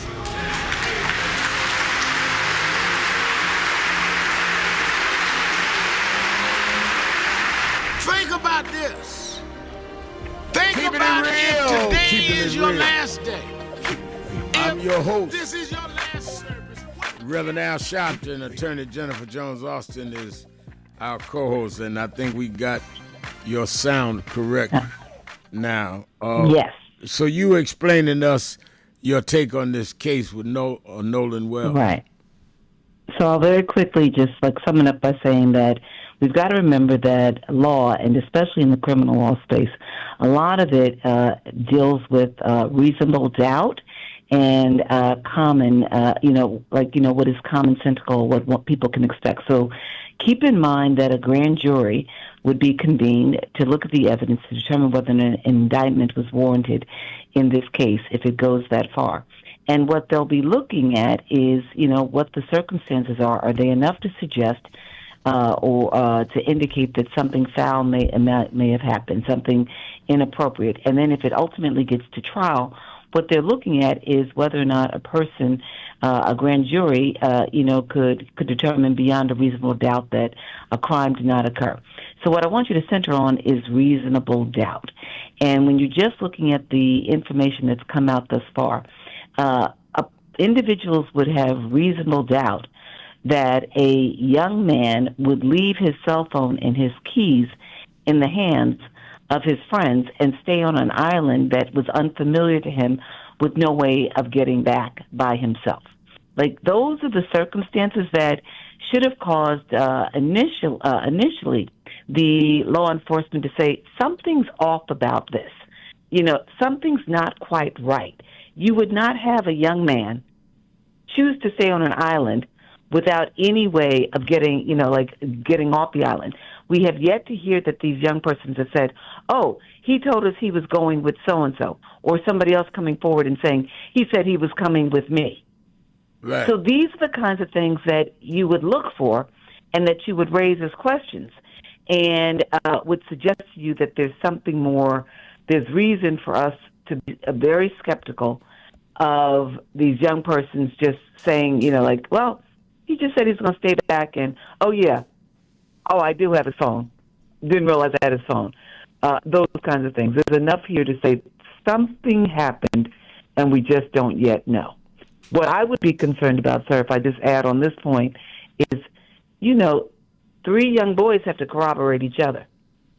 And if I'm their parents and there are these inconsistencies that are popping up, I'd begin to worry, because what often happens is, only two can keep a secret if one of them is dead. Yeah, I think I'd be concerned also about the inconsistencies and the fact that we're told that they've all lawyered up. There must be some concern. Let me ask you some other legal things, and I'm going to the phone. We know that President Trump is speaking tonight to the nation, and what he's done today or yesterday, late yesterday, is Vice had announced they were stopping traffic stops. I mean, not Vice, ICE. I said Vice, maybe because that is a vice, having ICE. But that they were stopping traffic stops after the 2 killings of innocent people within 7 days last week. And then he vetoed that and said, no, we're going to continue with the traffic stops. One, what is the policy and / legal premise of him just overriding that, and the fact that ICE has on 2 occasions now killed people that were not even the suspects they were allegedly pursuing. So the first, let me go to the second part. The government is going to face lawsuit after lawsuit after lawsuit over these ICE stops, and particularly those that are resulting in the fatal shootings of individuals, and the government not being able to put forth substantial, significant evidence that shows that they had a right to shoot and kill these persons. And so we're going to be seeing for some time that, we've got a problem there, and the government is going to wind up paying out even more than they have been paying out for ICE because of these unlawful, wrongful deaths that will likely prevail. So that's one thing. Now, does Trump have a right to override an agency's decision? Here's the deal. These agencies, these agencies heads, secretaries, they serve at the pleasure of the president, and essentially, policy is to be set in line with the president. Now, what often happens and should happen in good governance is that the president leaves the so-called experts, and I say so-called experts because in Trump's situation, so many of the people that he's appointed and put in charge are not experts of the areas for which they have oversight. He's doing exactly what he accuses DEI of being all about, but that's a whole other issue. Trump he can't necessarily override the policy, but he can put his foot down, and essentially, bottom line is policy is not law. Policy is not like an executive order, and so he can intervene, and then there'd be a back and forth. But his action can hold because they're serving at the pleasure of the president. There's no law here that he is overriding. It's a policy, and policy is not law. O.G. Kelly is saying on the message board, the parents of 18-year-old Nolan Xavier Wells met with Jackson County District Attorney Angel Myers McGrath Wednesday. Yes, I said that yesterday. I said that early in the broadcast. Learning the investigation into their son's death will be presented. And Attorney Crump was in the meeting. I talked to him after. That is different than what the sheriff said, OG, but it doesn't mean that the process is going to be fair if there's not continued pressure from the parents and the people in the community on that district attorney to give a fair, impartial investigation, because you can bet those 3 boys who's already got lawyers are going to try to poison the community if there's something to poison. And a grand jury will only hear the presentation of the DA, not the defense and not the parents. So we are, I think that it is questionable, but let's see what happens. Roger McCroy says that there are pictures on the internet showing Nolan Wells at a pool party later that night, but that his body was found on or around the island 2 days later. Something just don't add up. And the other thing about, you're going to find all kind of stuff on the internet, because the question is, was he at a pool party before the other 3 guys left him? Or was that or had they already left? Then why, if he was going partying, would he give them his cell phone? I mean, the digger they deep into this, the more it doesn't settle right with me. Look, like we said, there's a reason those parents have lawyered up for the children. Something's not quite right, and I just, my heart breaks for the Wells family. I just can't imagine, and this is the nightmare that parents have generally, but especially in instances like this. I live in Brooklyn, New York, and I would always talk to my children, and I say this with love. My daughter Kennedy, she used to ask me why she couldn't go to play dates over at her friends' homes, when the parents weren't at home, and particularly talking about the friends in her school who were white. And I would say to her, and she didn't like it, but I'd say to her, sweetheart, something comes up missing. Something breaks. I said, there's a good likelihood they're not going to look at their children. They're going to look at you. Mm. And she couldn't get it when she was 8 or 9 or 10. She got it when she was a little older. But that's the journey. That's the journey of parenting a black child in America, and especially when you're interfacing with white families, as liberal as they may be. Not every family. No, but you have to be mindful. We're not saying every family, but even some that we thought were liberal, it changes when it gets close to home. Right. Let me ask this, and then I'm going to the phones. D and Joe and Todd, I'm coming to y'all.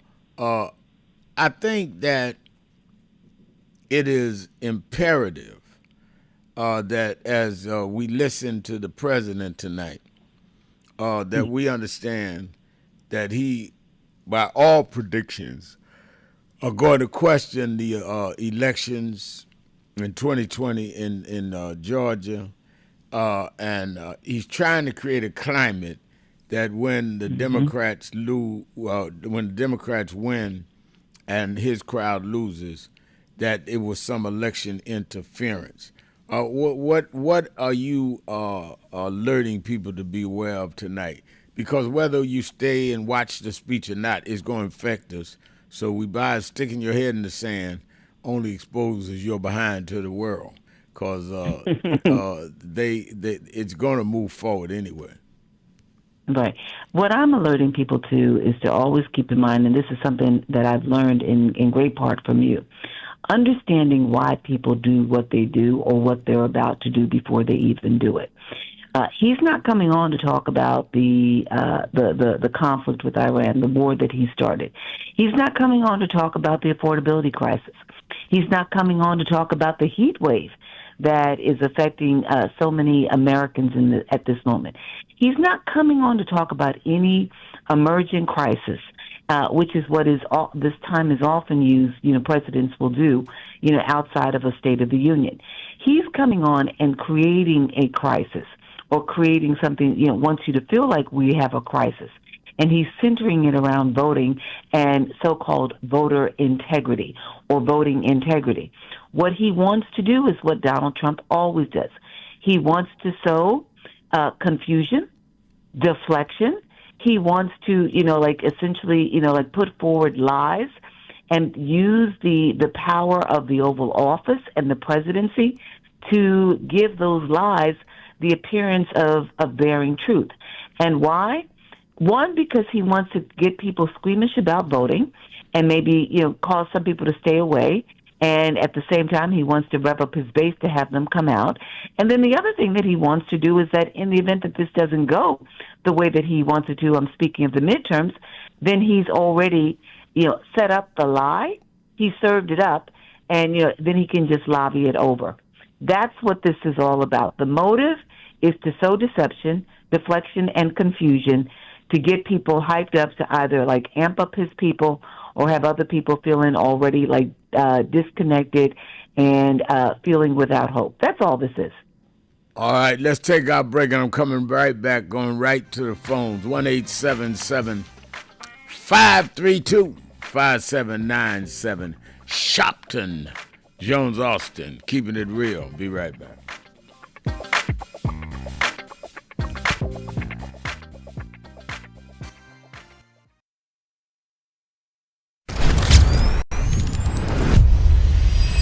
This organization has been on the front line.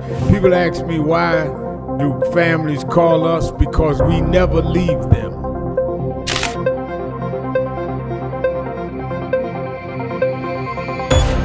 No justice. No justice. What do we want? What do we want? What do we want? When do we want it? When do we want it? When do we want it?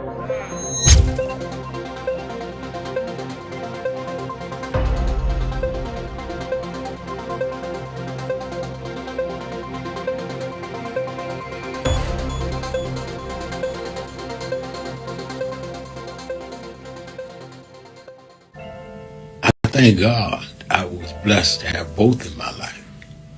Both historic, strong figures.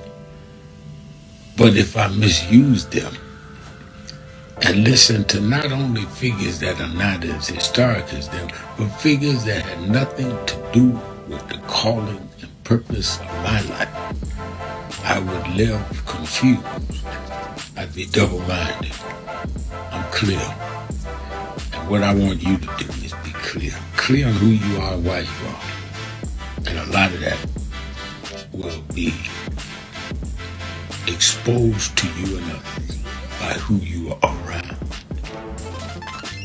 and who you allow to enter your head. Keep people at a distance that only have a distant and unclear vision of who you are and who you are supposed to be. They could be your blood relatives, but they could not be the ones that accompany you toward what you ought to be about tonight. Everybody good to you ain't good for you. Everybody that makes you laugh sometimes end up making you a joke.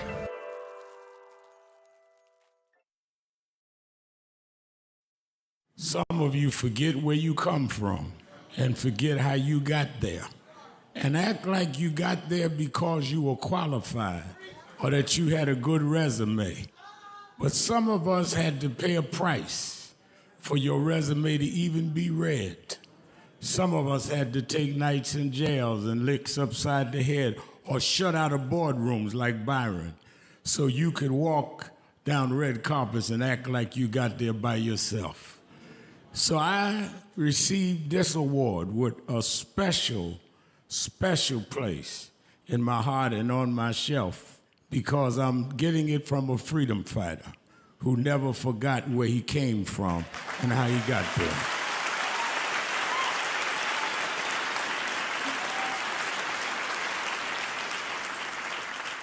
Yes, we've come a long way. We've had now a black president and now a black vice president. But we still can get shot down and have to march to get a case in court. We still can get shut out of boardrooms. We're still doubly unemployed in a good economy. So we're gonna have to keep marching. And I thank not only my family, a mother that raised me by herself, but I thank that lady at the end of the march that knows she won't be on TV that night and knows her name will never be in the paper, but she believed in me enough to get at the end of the line and make me look good. Because Dr. King used to say, if you call a march and no one shows up, you just going for a walk. And I want to thank those that marched with me. 32 years ago, here in Los Angeles, we marched. And then many years later, with George Floyd and others, we're still marching. And I'm going to keep marching. I'm going to keep agitating. And I'm going to keep going.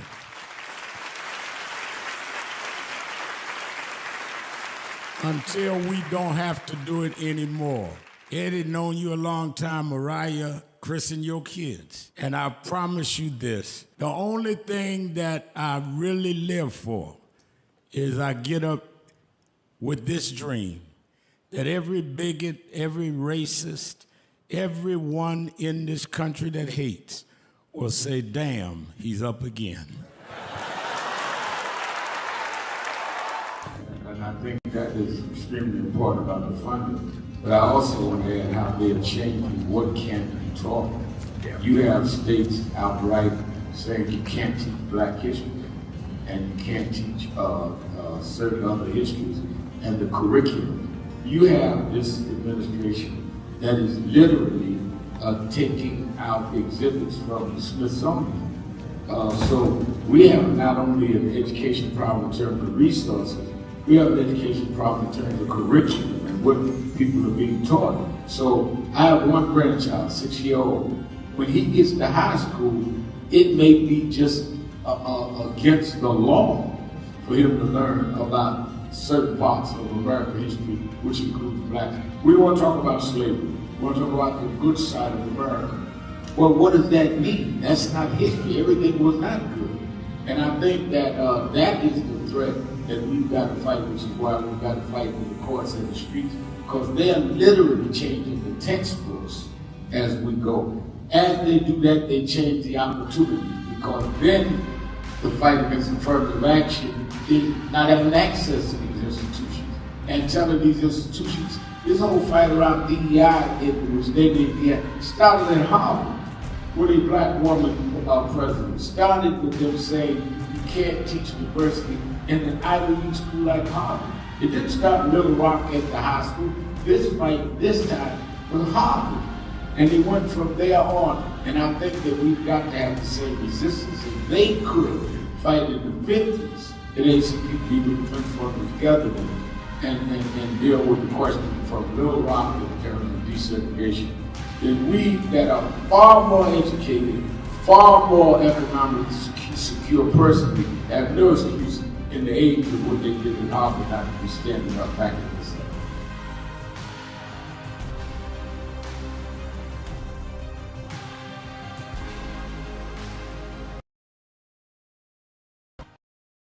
But Reverend, it looks bad now. Look at Iran. Look at what's going on in Minnesota. Look on. Yeah, but I was raised by them to realize that after storms, if we do the right thing in the storm, if we organize, if we register, if we do what we're supposed to do, there's always a rainbow coming out. The rainbow don't show until the storm is over.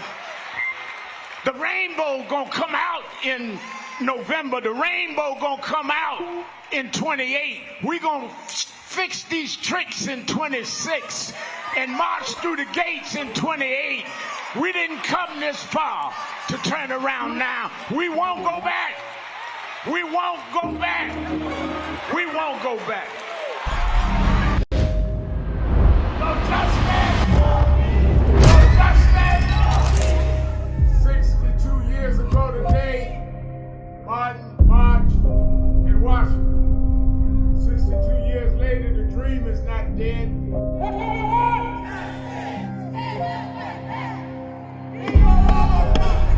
I'm here because I must be here. Democracy is not there for the pig, and you have to fight for democracy. That's what it is. What Trump will erase, we will replace. It's the dreamers in many cases have reversed and tried to turn it into a nightmare. We come to Wall Street rather than Washington this year to let them know you can try to turn back the clock, but you can't turn back time. We gonna keep the dream alive on Wall Street.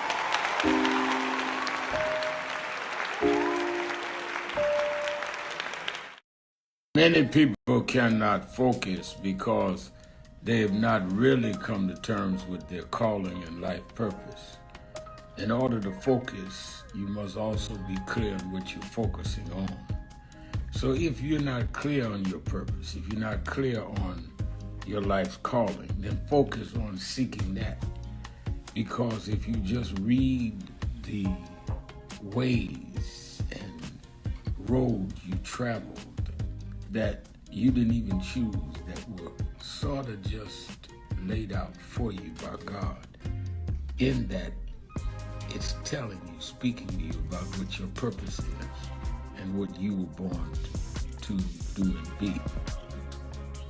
I learned the things that I didn't plan had to be planned by God, and God's plan. Keeping it real, keeping it real. I am your host, Reverend Al Sharpton. Attorney Jennifer Jones Austin is our co-host. Jenny, let's go to the phone. Let me go to Atlanta to my Georgia Peach buddy, Sister D. D, you're keeping it real with Al Sharpton and Jennifer Jones Austin. Hi, Reverend Al and Attorney Austin. Thanks for allowing me to speak today. On Tuesday, I like to play bridge, so I was at the senior center and played a little bridge. Lost, didn't do too good. On the way home, I knew I needed some gas, but I said, "Ooh, wow! It's just like $3.50 today." but I didn't feel like stopping. I said, I'll get it tomorrow. So yesterday I stopped. It had gone up 25 cents. Trump is going to address the nation tonight. I guarantee you he will not talk about gas prices or the cost of milk or bread or the ICE agents murdering ordinary people who are just going about their lives. I think he's going to come back to my state of Georgia and my county, Fulton County, and go back, was it 2016? He's still complaining about losing that year. I think it's ridiculous. Most presidents talk, when they speak to the nation, most presidents talk about bringing the nation together. I've never heard Trump do that. Right. So I would like for the media and people on TV and radio, I need for them to stop trying to make this presidency an ordinary one. These are not normal times, and I need for them to realize that. And I want to ask the two of you, well, first I want to say that the problem is, and people need to understand, Trump is going to talk about the SAVE Act. The only thing about the SAVE Act, like I've said before, is that he wants to save his own behind from consequences. And the consequences would be if we elect in November a Democratic House of Representatives and oh God, I would love the Senate, but at least the House of Representatives, so that there would be somebody, there would be a check on him. Currently, there are no checks and balances. He does what he wants to do. And then when people get on, mostly CNN and surely Fox, some of these other shows, they act like he's a normal president. There is nothing normal about this presidency. I want to ask the two of you, have you ever heard Trump give an address where he tried to bring the nation together? I have not. I mean, I think that it is fairly well established that Trump ran and won on playing one part of the nation against the other. He's never tried to bring us together and never even acted like he wanted to see us together. He's in both terms, the 4 years he did from winning the election in 2016 to this one, he has spent more time trying to punish his enemies and reward his friends, even those that engage in criminality, and clearly not tried to bring us together. Jenny? Couldn't agree more with you. And another thing that we have to appreciate is that he understands that the way that he wins and he advances is by dividing people, right? And by doing what they did during, all throughout slavery and even before, the taking of land. You essentially mask what you're doing with respect to, like, government and policy and politics and power by othering people. So you make you make the immigrants, you make black people, you make them the bad people, right? People from whole countries, you make them the bad people so that people don't look at what you're really doing, how you're using government and making it the bad operator.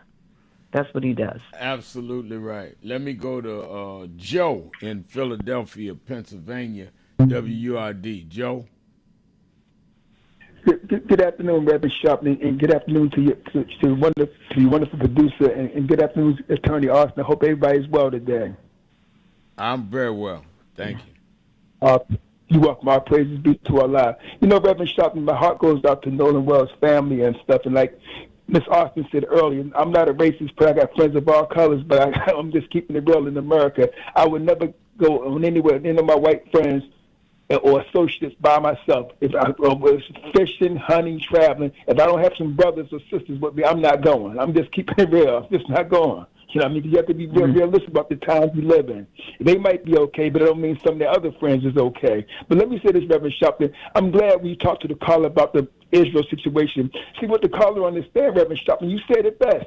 When you talk about Hamas or Hezbollah, they political wings. They political, whether you like them or not. But here's the thing, though. You wouldn't even have a Hamas if it wasn't for Benjamin Netanyahu. Because you met with Yasser Arafat and Prime Minister Siraj and stuff. Now, when when Yasser Arafat was trying to deal with Shimon Peres and try to come to like a two-state solution and all that kind of stuff, and then after he died or whatever the case was, and you got Netanyahu.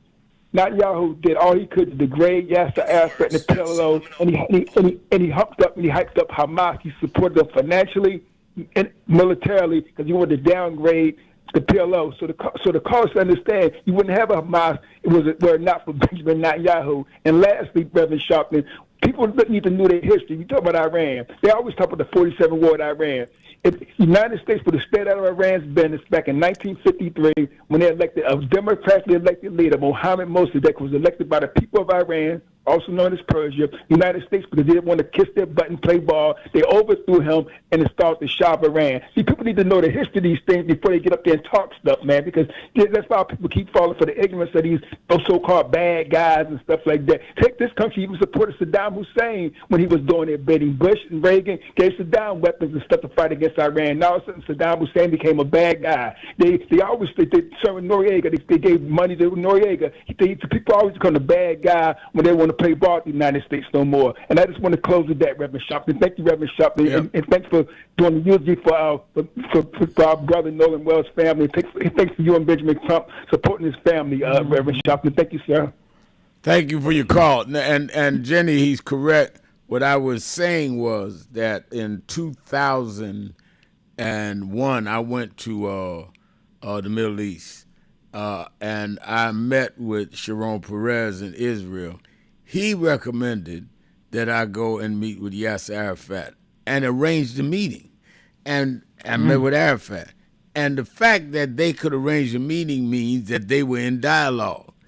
Netanyahu was from the opposing party, was helping when he got in to finance Hamas to destabilize the Palestinian Authority, who had, was in dialogue with Arafat and Israel at the time. If you remember, they killed one of the presidents of Israel for making a deal with them, because you had different factions in Israel, different factions in Gaza. So we act like that's all one thing. It is not. And no one has ever made Netanyahu explain why he was sending money through Qatar to finance Hamas to destabilize the Palestinian Authority. How does he now feel when Hamas is killing citizens when they were his partners? Wow. Joe. Wow. Joe in Philadelphia, Pennsylvania. Is Joe there? We lost Joe. We lost Joe. All right. Let me go to Ray then in Cincinnati, Ohio, the Buzz. Ray? Yes, sir. Thanks for taking my call, Rev. Rev, I love you, but these two are for Miss Jones. I hope you don't mind. I don't mind. I don't mind. Jenny Jones, I'm going to act like Todd today. And let me ask you this. First of all, when Todd Blanche and the other guy was in front of in front of Congress or the Senate, first of all, they should have said, did Donald Trump win the 2020 election, not Joe Biden? Because if they had said, did Donald Trump win the 2020, they had to say yes or no. So they need to turn that around. Did Donald Trump win the 2020 election? Well, let me ask you this.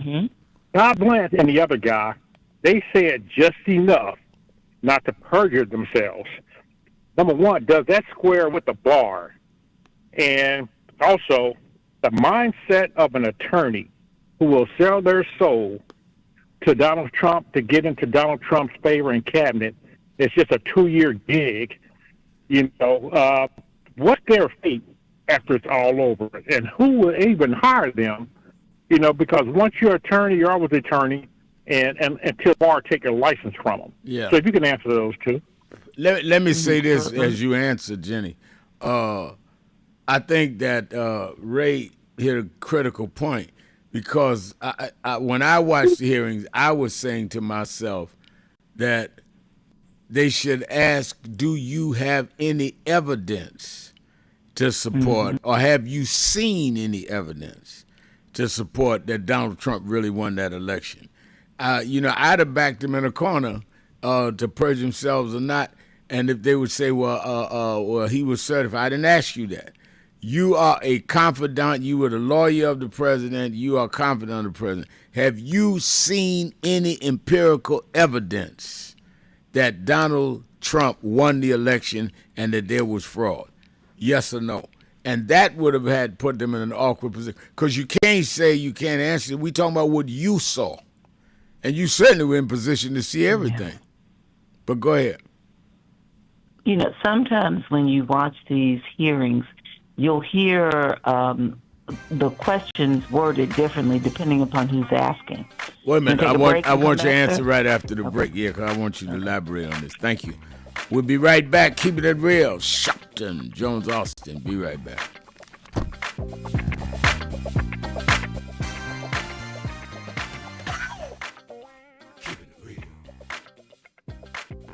Breaking news.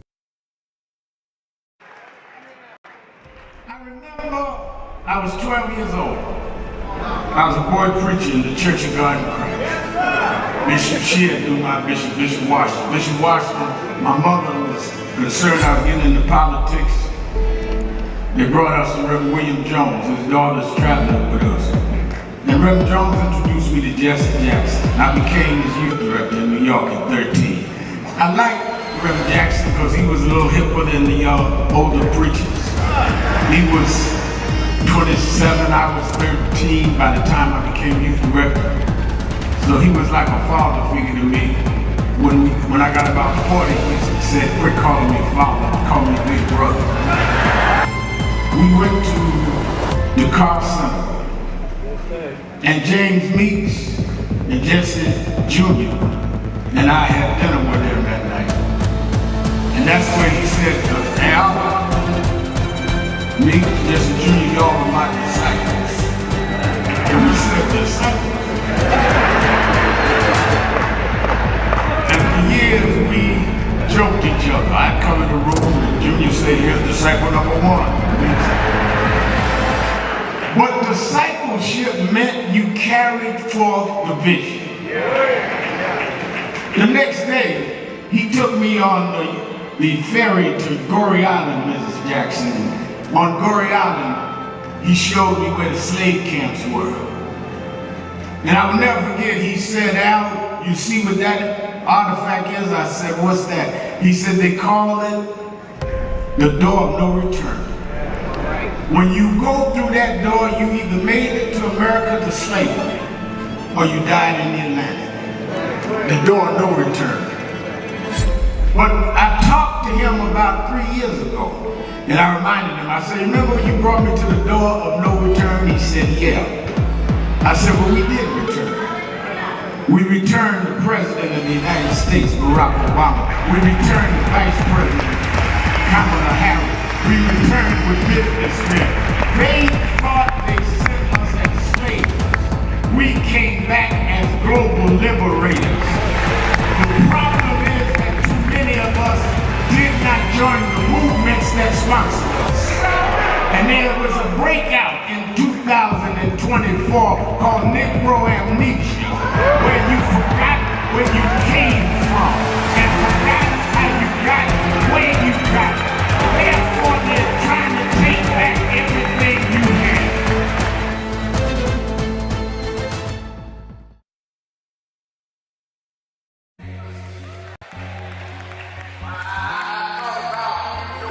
Look at everything. I went a couple of nights to go to the Knicks game. They lost. Last night I said, I'm not even going down there. I'm going to go to bed. I got to fly to Hampton on to Chicago. And by halftime I said, man, they ain't gonna win this game. They down 29 points.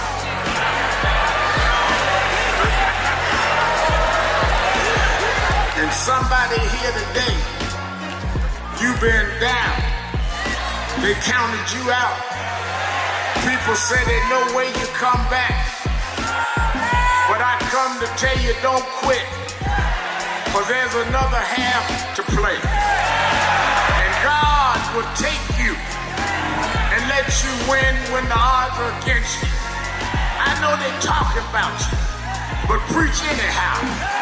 I know sometimes the pews are empty, but preach anyhow. And And when you get up almost where you could win, I looked at it last night and Brunson took the shot.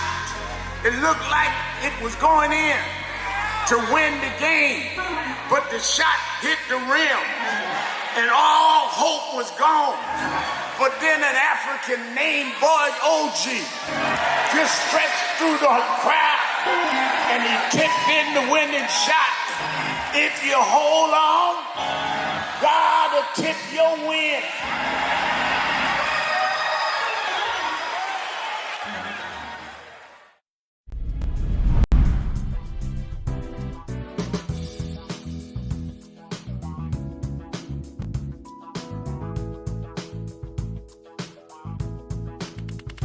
This is the first Thanksgiving I'm here in New York over 20 years. I'm just glad to be here with Rev today and to hand out the food. It's a blessing. It's a blessing. It's a blessing. It's Erica Ford, the Peace Doctor in the building. Here at the National Action Network, it's about thanks. It's about giving. It's about gratitude. It's about love.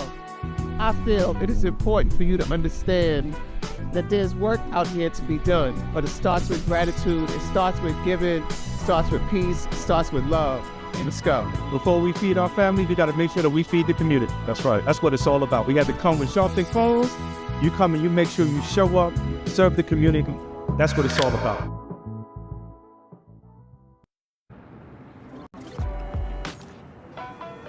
Reverend Al Sharpton has been a steadfast advocate for the power of voting since the 1990s, always encouraging us to get out and make our voices heard at the polls. In these challenging times, there is no better moment than now to stand up, fight back, and vote for what's right. With so much at stake in the world and in our government, it's crucial that we take action and participate in shaping our future. Your vote is your voice. Let it be heard. Voting is the expression of our commitment to ourselves, one another, this country, and this world. Reverend Al Sharpton.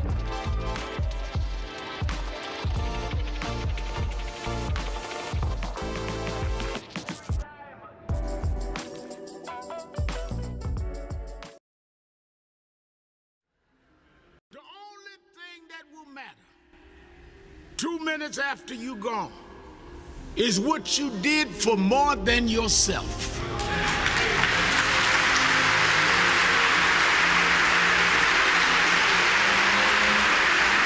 Think about this. Think about if today is your last day. If this is your last service, what can they say about me? And if you're not satisfied with your own answer, you should leave here today working on yourself and building on what you need to build. Because God is here, He's available to you if you but use what He's giving you to be more than self-indulgent. Now I know many of us come with reasons we won't step out, but I come to tell you that's why God is here. God takes the ones that are the least likely and gets the most done. As I have seen in my life, people that were the unexpected and rejected are the ones that end up the greatest. So don't let whatever mistakes or whatever things that may be in your past hold you back. God is not trapped in your past. God is there for your future. And He's there that every day you wake up was a divine decision He made to give you another opportunity to serve.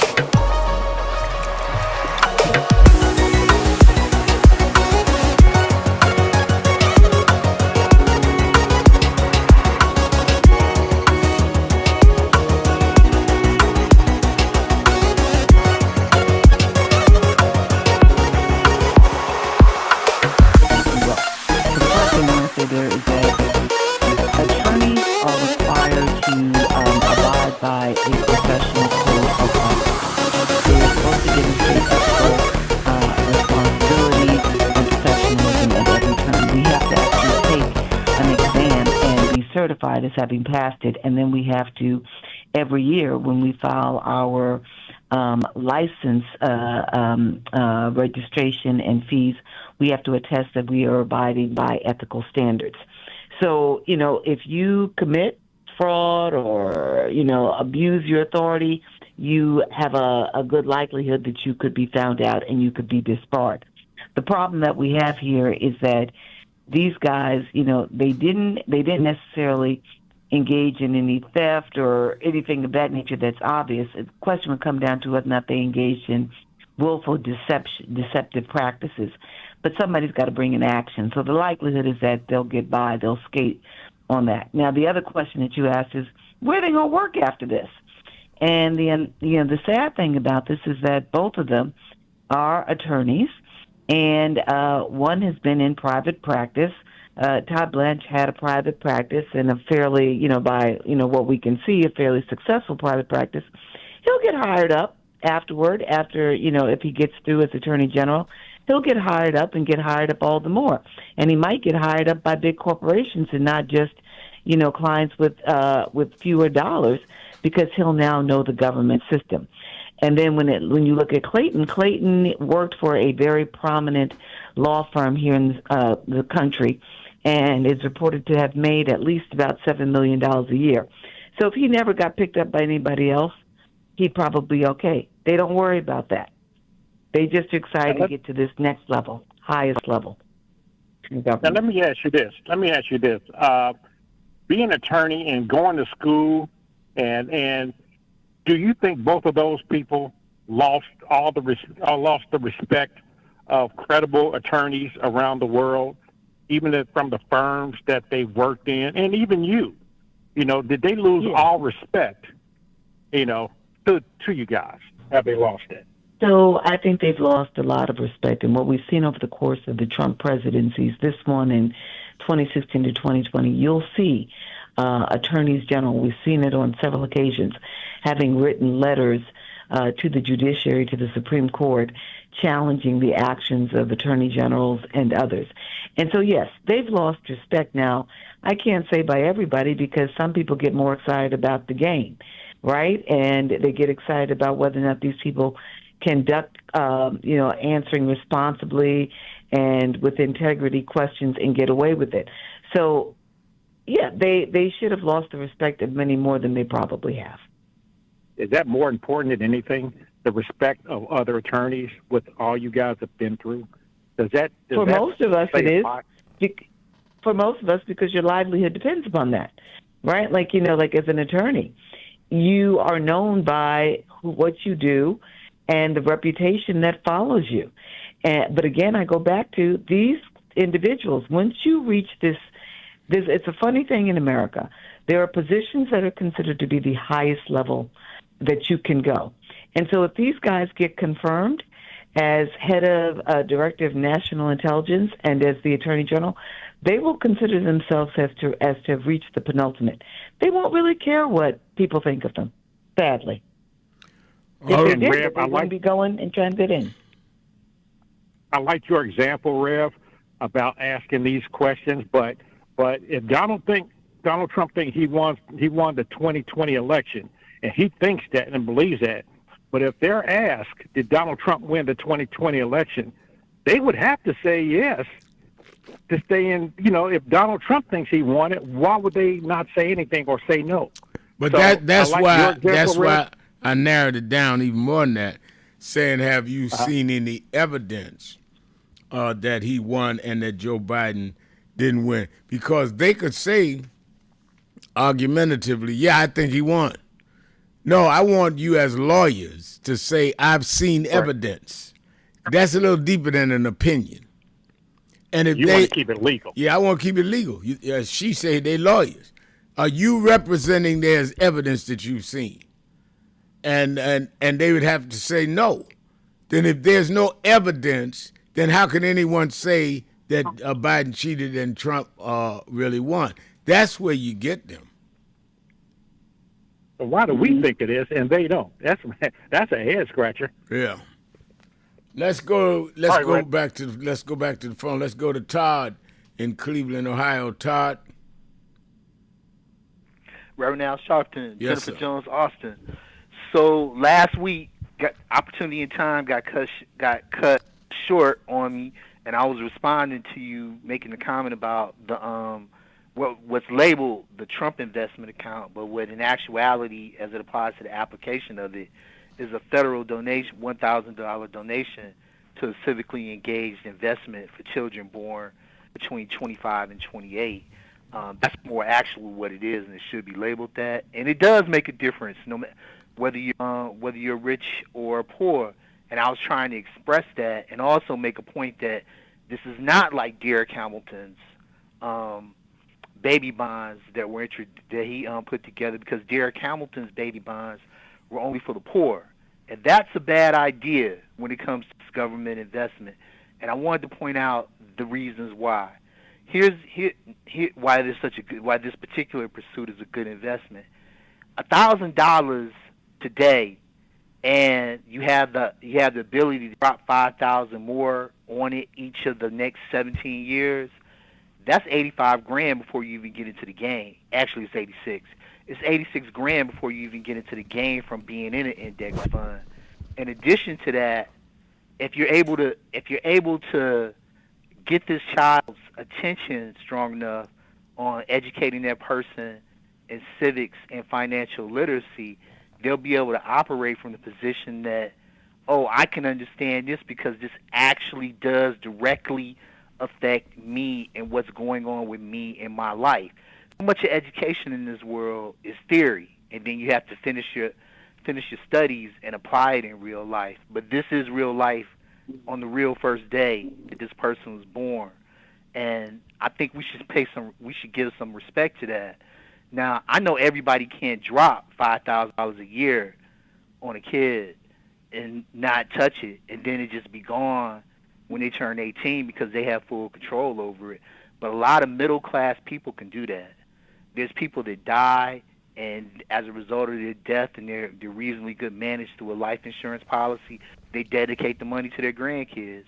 There's people that are working jobs that are $80,000 to $100,000 a year, but they're not living in New York City or San Francisco. They're living in Cleveland, so they could put $5,000 a year on that child that was born. And there's multiple other ways that could be done. We should not denounce this because rich people have access to it. Because the vast majority of the 3.5 plus million babies that were born at 25 and in this year, after this year has been completed, are not going to be rich. What they'll be rich in is opportunity, whether they have this or not. But if they do have it, they'll be rich in opportunity in order to learn how to really connect themselves civically with government and civically with financial literacy. And there's no way I would say this is like Derek Hamilton's suggestion. May I respond to that? I'm going to end it with this. No way would I say this is like Derek Hamilton's idea, except for that the poor will be involved in it. And Derek Hamilton's idea is the original. This first time this even came up that I'm aware of was in the 50s. All right, let her respond.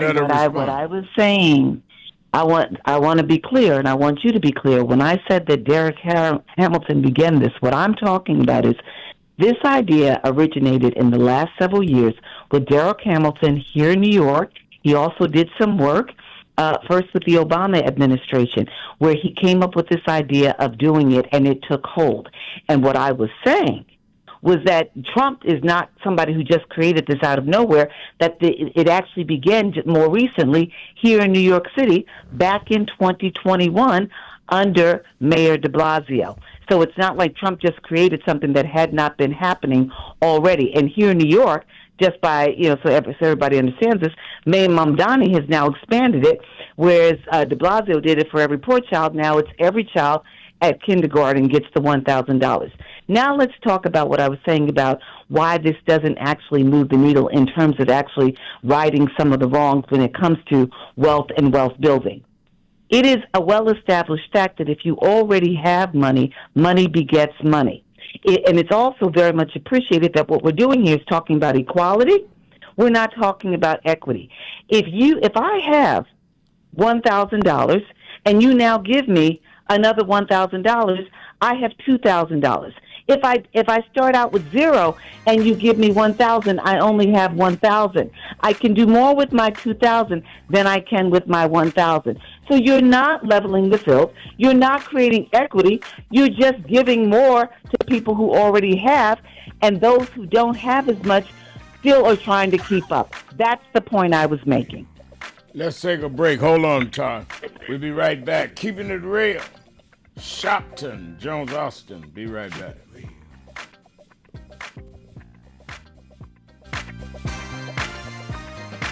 You all hear the radio ads about the IRS. They tell you to be afraid, to be scared, and they try to frighten you into calling. I'm not here to do that. Tax Relief Advocates is different. TRA is here to tell you that if you owe money to the IRS, whether it's $5,000, $50,000, or $500,000. I had a thought this morning that I wanted to share with you about mentorship.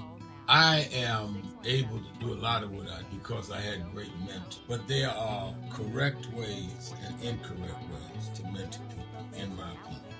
I was mentored as a boy preacher by Bishop F.D. Washington, one of the great Pentecostal preachers of his time. Then Reverend William Jones became my pastor after Bishop Washington died, who was unquestionably in the top 5 black church ministers, theologians. Reverend Jesse Jackson, I started my activism under his leadership, he and Reverend Jones. And I learned politics directly as a youth director from Shirley Chisholm. So even though I didn't finish college, I had the most unique education in the world from being exposed to giants. But the one thing I learned is as I grew older and people started coming younger than me and wanted me to teach and mentor them, the magic of the mentors I had is they did not want me to be their clone. They wanted me to learn things from them and use my own gifts and talent in my own unique way and let me do things on my own, because they knew that if I flopped in some things, it would teach me with other things. They'll come and help me once I was down, but they were not going to have me avoid being down. And they were not going to impose themselves on me. Why am I saying that? Because too many mentors want clones, and too many mentees want their mentors to put them on a pedestal. Oh, so-and-so didn't do this for me. Oh, so-and-so didn't open doors for me. If they got to open doors for you, it may mean that they knew you weren't ready to go through those doors. Their job is to prepare you. Your job is to develop your own skills, your own unique ways. And I don't care if it's my daughters, who both have come into their home, or anyone else. I'm not a talent agent. I did not form National Action Network to give people their step up. I formed it to fight for justice for everybody. If talented people get in, it's my job to invest and give them a platform. It's their job to get on the platform and perform and show their ability. Sitting with me today in the office as I talk about is one of my mentees, Reverend Stephen Marshall. Now, Stephen, you just came around us when you were how old? 11 years old. 11 years old. You just turned 40 and now you're called to the ministry? Yes, sir. And what do you do in National Action Network? I formulate policies, lead in various regions, but most importantly, I senior advisor to you on all things from social justice strategies, politics, intergovernmental affairs, you name it, community organizing, all of that stuff. And I could go through scores of others. My daughter started Huddle. They got Huddles now, which is for young people to meet once a week all over the country. I just saw the video from the Las Vegas National Action Network chapter. Now, when you decided to preach, did I ever tell you to become a preacher? Not one time. Who called you to preach? The Lord. All right. And did I say go to this school or that school? No, sir. Did I open this door, that door? Did I tell you be ready for when the door's open? Always be ready and prepared. And that's what I'm saying. Get you some young people than you that you can help along the way. But don't be their talent agent. Their talent must speak for themselves. And anybody that grumbles with you about so-and-so didn't do something for them, maybe it's because they didn't feel you were ready, or that they felt if they did it, you wouldn't do it on your own. But we all don't live forever. I want the next generation to speak of me of National Action Network and others, the way I speak of Reverend Jones and Bishop Washington and Shirley Chisholm and Reverend Jackson. But I just don't want young people to feel that somebody ought to give them the reins of leadership or give them the reins of business or whatever it is you're in. You need to learn from their journey, get the pearls of wisdom from them, but don't have them do for you, because then it means you can't do it for yourself.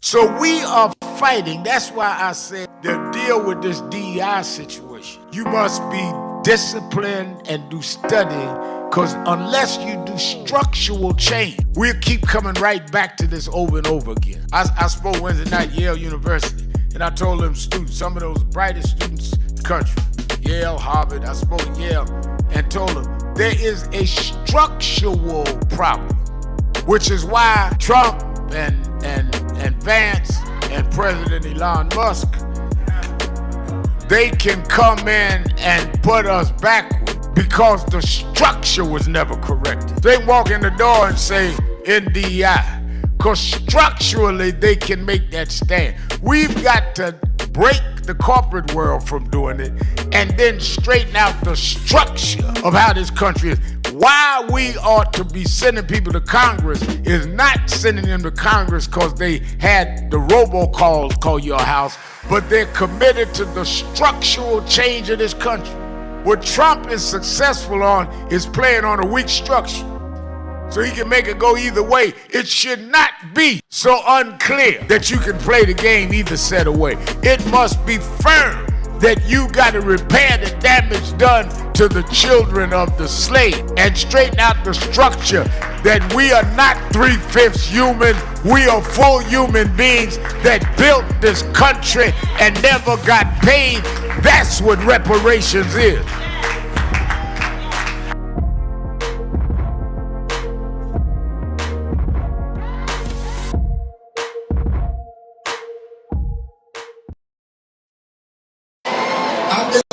Essence Festival since 1995. I came that year with my mentor and we spoke. Well, he died in February this year, but I want to continue what he taught us, because even when times look bad, even when they look dark, I remember what my mentor taught me, Reverend Jesse Jackson. He said, keep hope alive. Even if you can't figure it out, keep hope alive. Even if it doesn't look like you can make it, keep hope alive. I'm your host, Reverend Al Sharpton, and we're back. 1-877-532-5797, 1-877-532-5797, or you can go on our message board at nationalactionnetwork.net. Don't miss, I've been working the phones already, don't miss Politics Nation with Al Sharpton, live at 5 p.m. Saturday and 5 p.m. Sunday Eastern Time, both times. I am definitely going to be dealing with Trump and his speech and the guys that he has nominated for permanent attorney general and for the head of intelligence, and I'm going to have some of the Senate on and the governors, how this can be countered. Make sure you watch that. I'm going to also deal with this ICE situation where he has overturned his own people at ICE and said, no, we're not stopping doing traffic stops, even though we killed 2 innocent people. I'm going to have some members of Congress and governors on.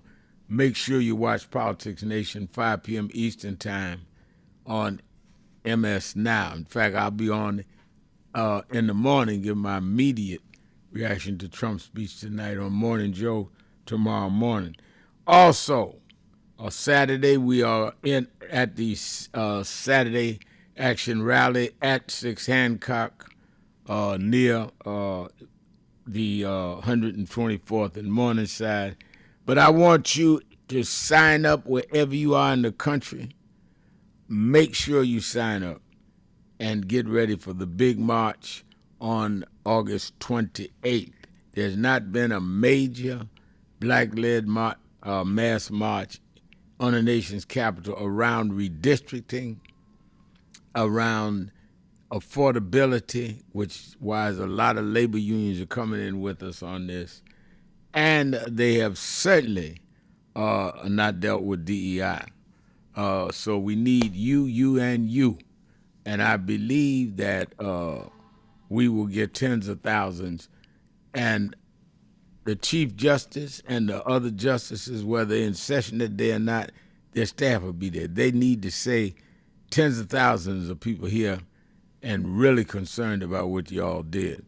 The Congress, same thing. Their staffs are there. And the White House is there. We need to go to the seat of American power and deal with this. Go to www.nationalactionnetwork.net, www.nationalactionnetwork.net, and sign up, and we'll get you whatever information you need. All right, Todd, I think you were going to respond to Attorney Jones-Austin. You can hear me okay, right? Yeah. Okay, so like I said, this is not original to Hamilton. It's not. In 54, which happens to be the year you were born, okay, Martin and Humphrey, the head of the U.S. Treasury Secretary and the head of the Federal Reserve Bank, had this particular idea in front of them, and people lobbying to get this done. The U.S. economy was booming immensely strong because they were the powerhouse coming out of World War II, and we had been out of it for about 9 years by then. So it's not a new idea. And Hillary Clinton, when she ran against Obama, she was talking about $5,000, which is a better figure, and that it can be done practically as a starter money. What I'm trying to get everybody to focus on is that this is a way to get your children early on engaged civically and get them early on engaged in financial literacy through their appreciation of government and their appreciation of private sector money. Now, I personally know there's better ways to do this in the private sector than through government. But knowing that government did this just because that child exists, that's it. You were born at 25 in this country, your parents are Haitian immigrants, you still get the money. Your parents are 10 generations in the United States, you still get the money. So that by the time that kid gets to become 8 years old, and they're in maybe the 3rd or the 4th grade, and maybe they're in a middle-class family where they could have pitched in $5,000 a year every year, plus whatever the profits are from being in the index fund, they could start learning how to interact better with government and through financial literacy through their own life experience. And I don't want people to blow this opportunity, particularly black people. Now, I repeat, the figure's better if it started at $5,000 from the government, but it didn't. It's starting at $1,000. People should invest in this, learn who's managing the index fund, not just the government, who's managing it, because you can't just sit it there and let it roll, even though it is an index fund. And in addition to that, learn how this ties you in through your citizenry to your understanding of civics and financial literacy, because you might have $46,000 plus whatever the profits have been at 8 years old, and you didn't even really have a full understanding of how it got there at 8 years old. And then by the time you're 18, you may have $86,000 plus the profits. It's a smart idea. It's a good idea. May I just jump in here and say a few words before we run out of time? You and I are actually talking about two different issues. Let's just be clear. You're talking about the investment in and of itself. And what I'm speaking about is in a society where wealth disparities continue to grow, a child who has $1,000 and is given $1,000 versus a child who doesn't have $1,000. They're not starting out in the same space. And so what often happens when we look at social and economic policy is we look at whether or not we are actually increasing the problem or we're actually working to cure the problem and solve it. And what we have in America is continuously growing wealth disparities. So what Derek Hamilton was doing was talking about children with low income. And that's where we started, because we're trying to figure out ways of making sure that we can equalize the playing field. And let's begin also by saying there are very few ideas in America. There are few ideas in any individual mind that come out of nowhere, that are just birthed out of nowhere. Issues and ideas build. Policies build on things that have been done before. So I'm not saying that Derek had an original thought. What I am saying is that he advanced the work that actually made it a reality. But again, Todd, what keeps happening is we're talking about two separate issues. I'm talking about how do you reduce wealth disparity in America.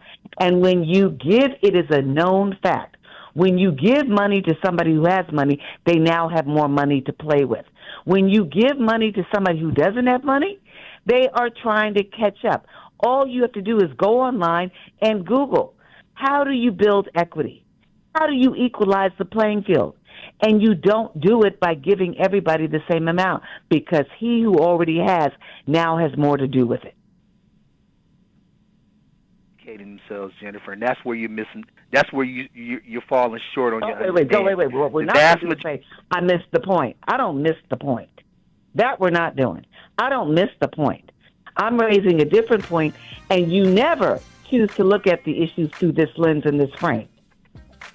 That's just what you do. The vast majority of the population in this country is middle class, and somewhere in lower middle class to upper middle class. And the vast majority of this country can educate themselves in small portions along the way through the understanding of government and financial literacy by investing in this. And it is a good idea, and it will bring more to the thought of equality. It will. Got to go. The point. Got to go. Thank you both for that interaction. Let's take a step to the rear and get out of here. Let me thank Attorney Jennifer Jones-Austin. Let me thank all of you that called in, listened in, you that called in and couldn't get through, but hung in there anyhow. Remember, whatever you do, wherever you go, however you feel, tell somebody, tell anybody, tell everybody. Reverend Al told you personally, keep it real. Keep it real. Keep it real.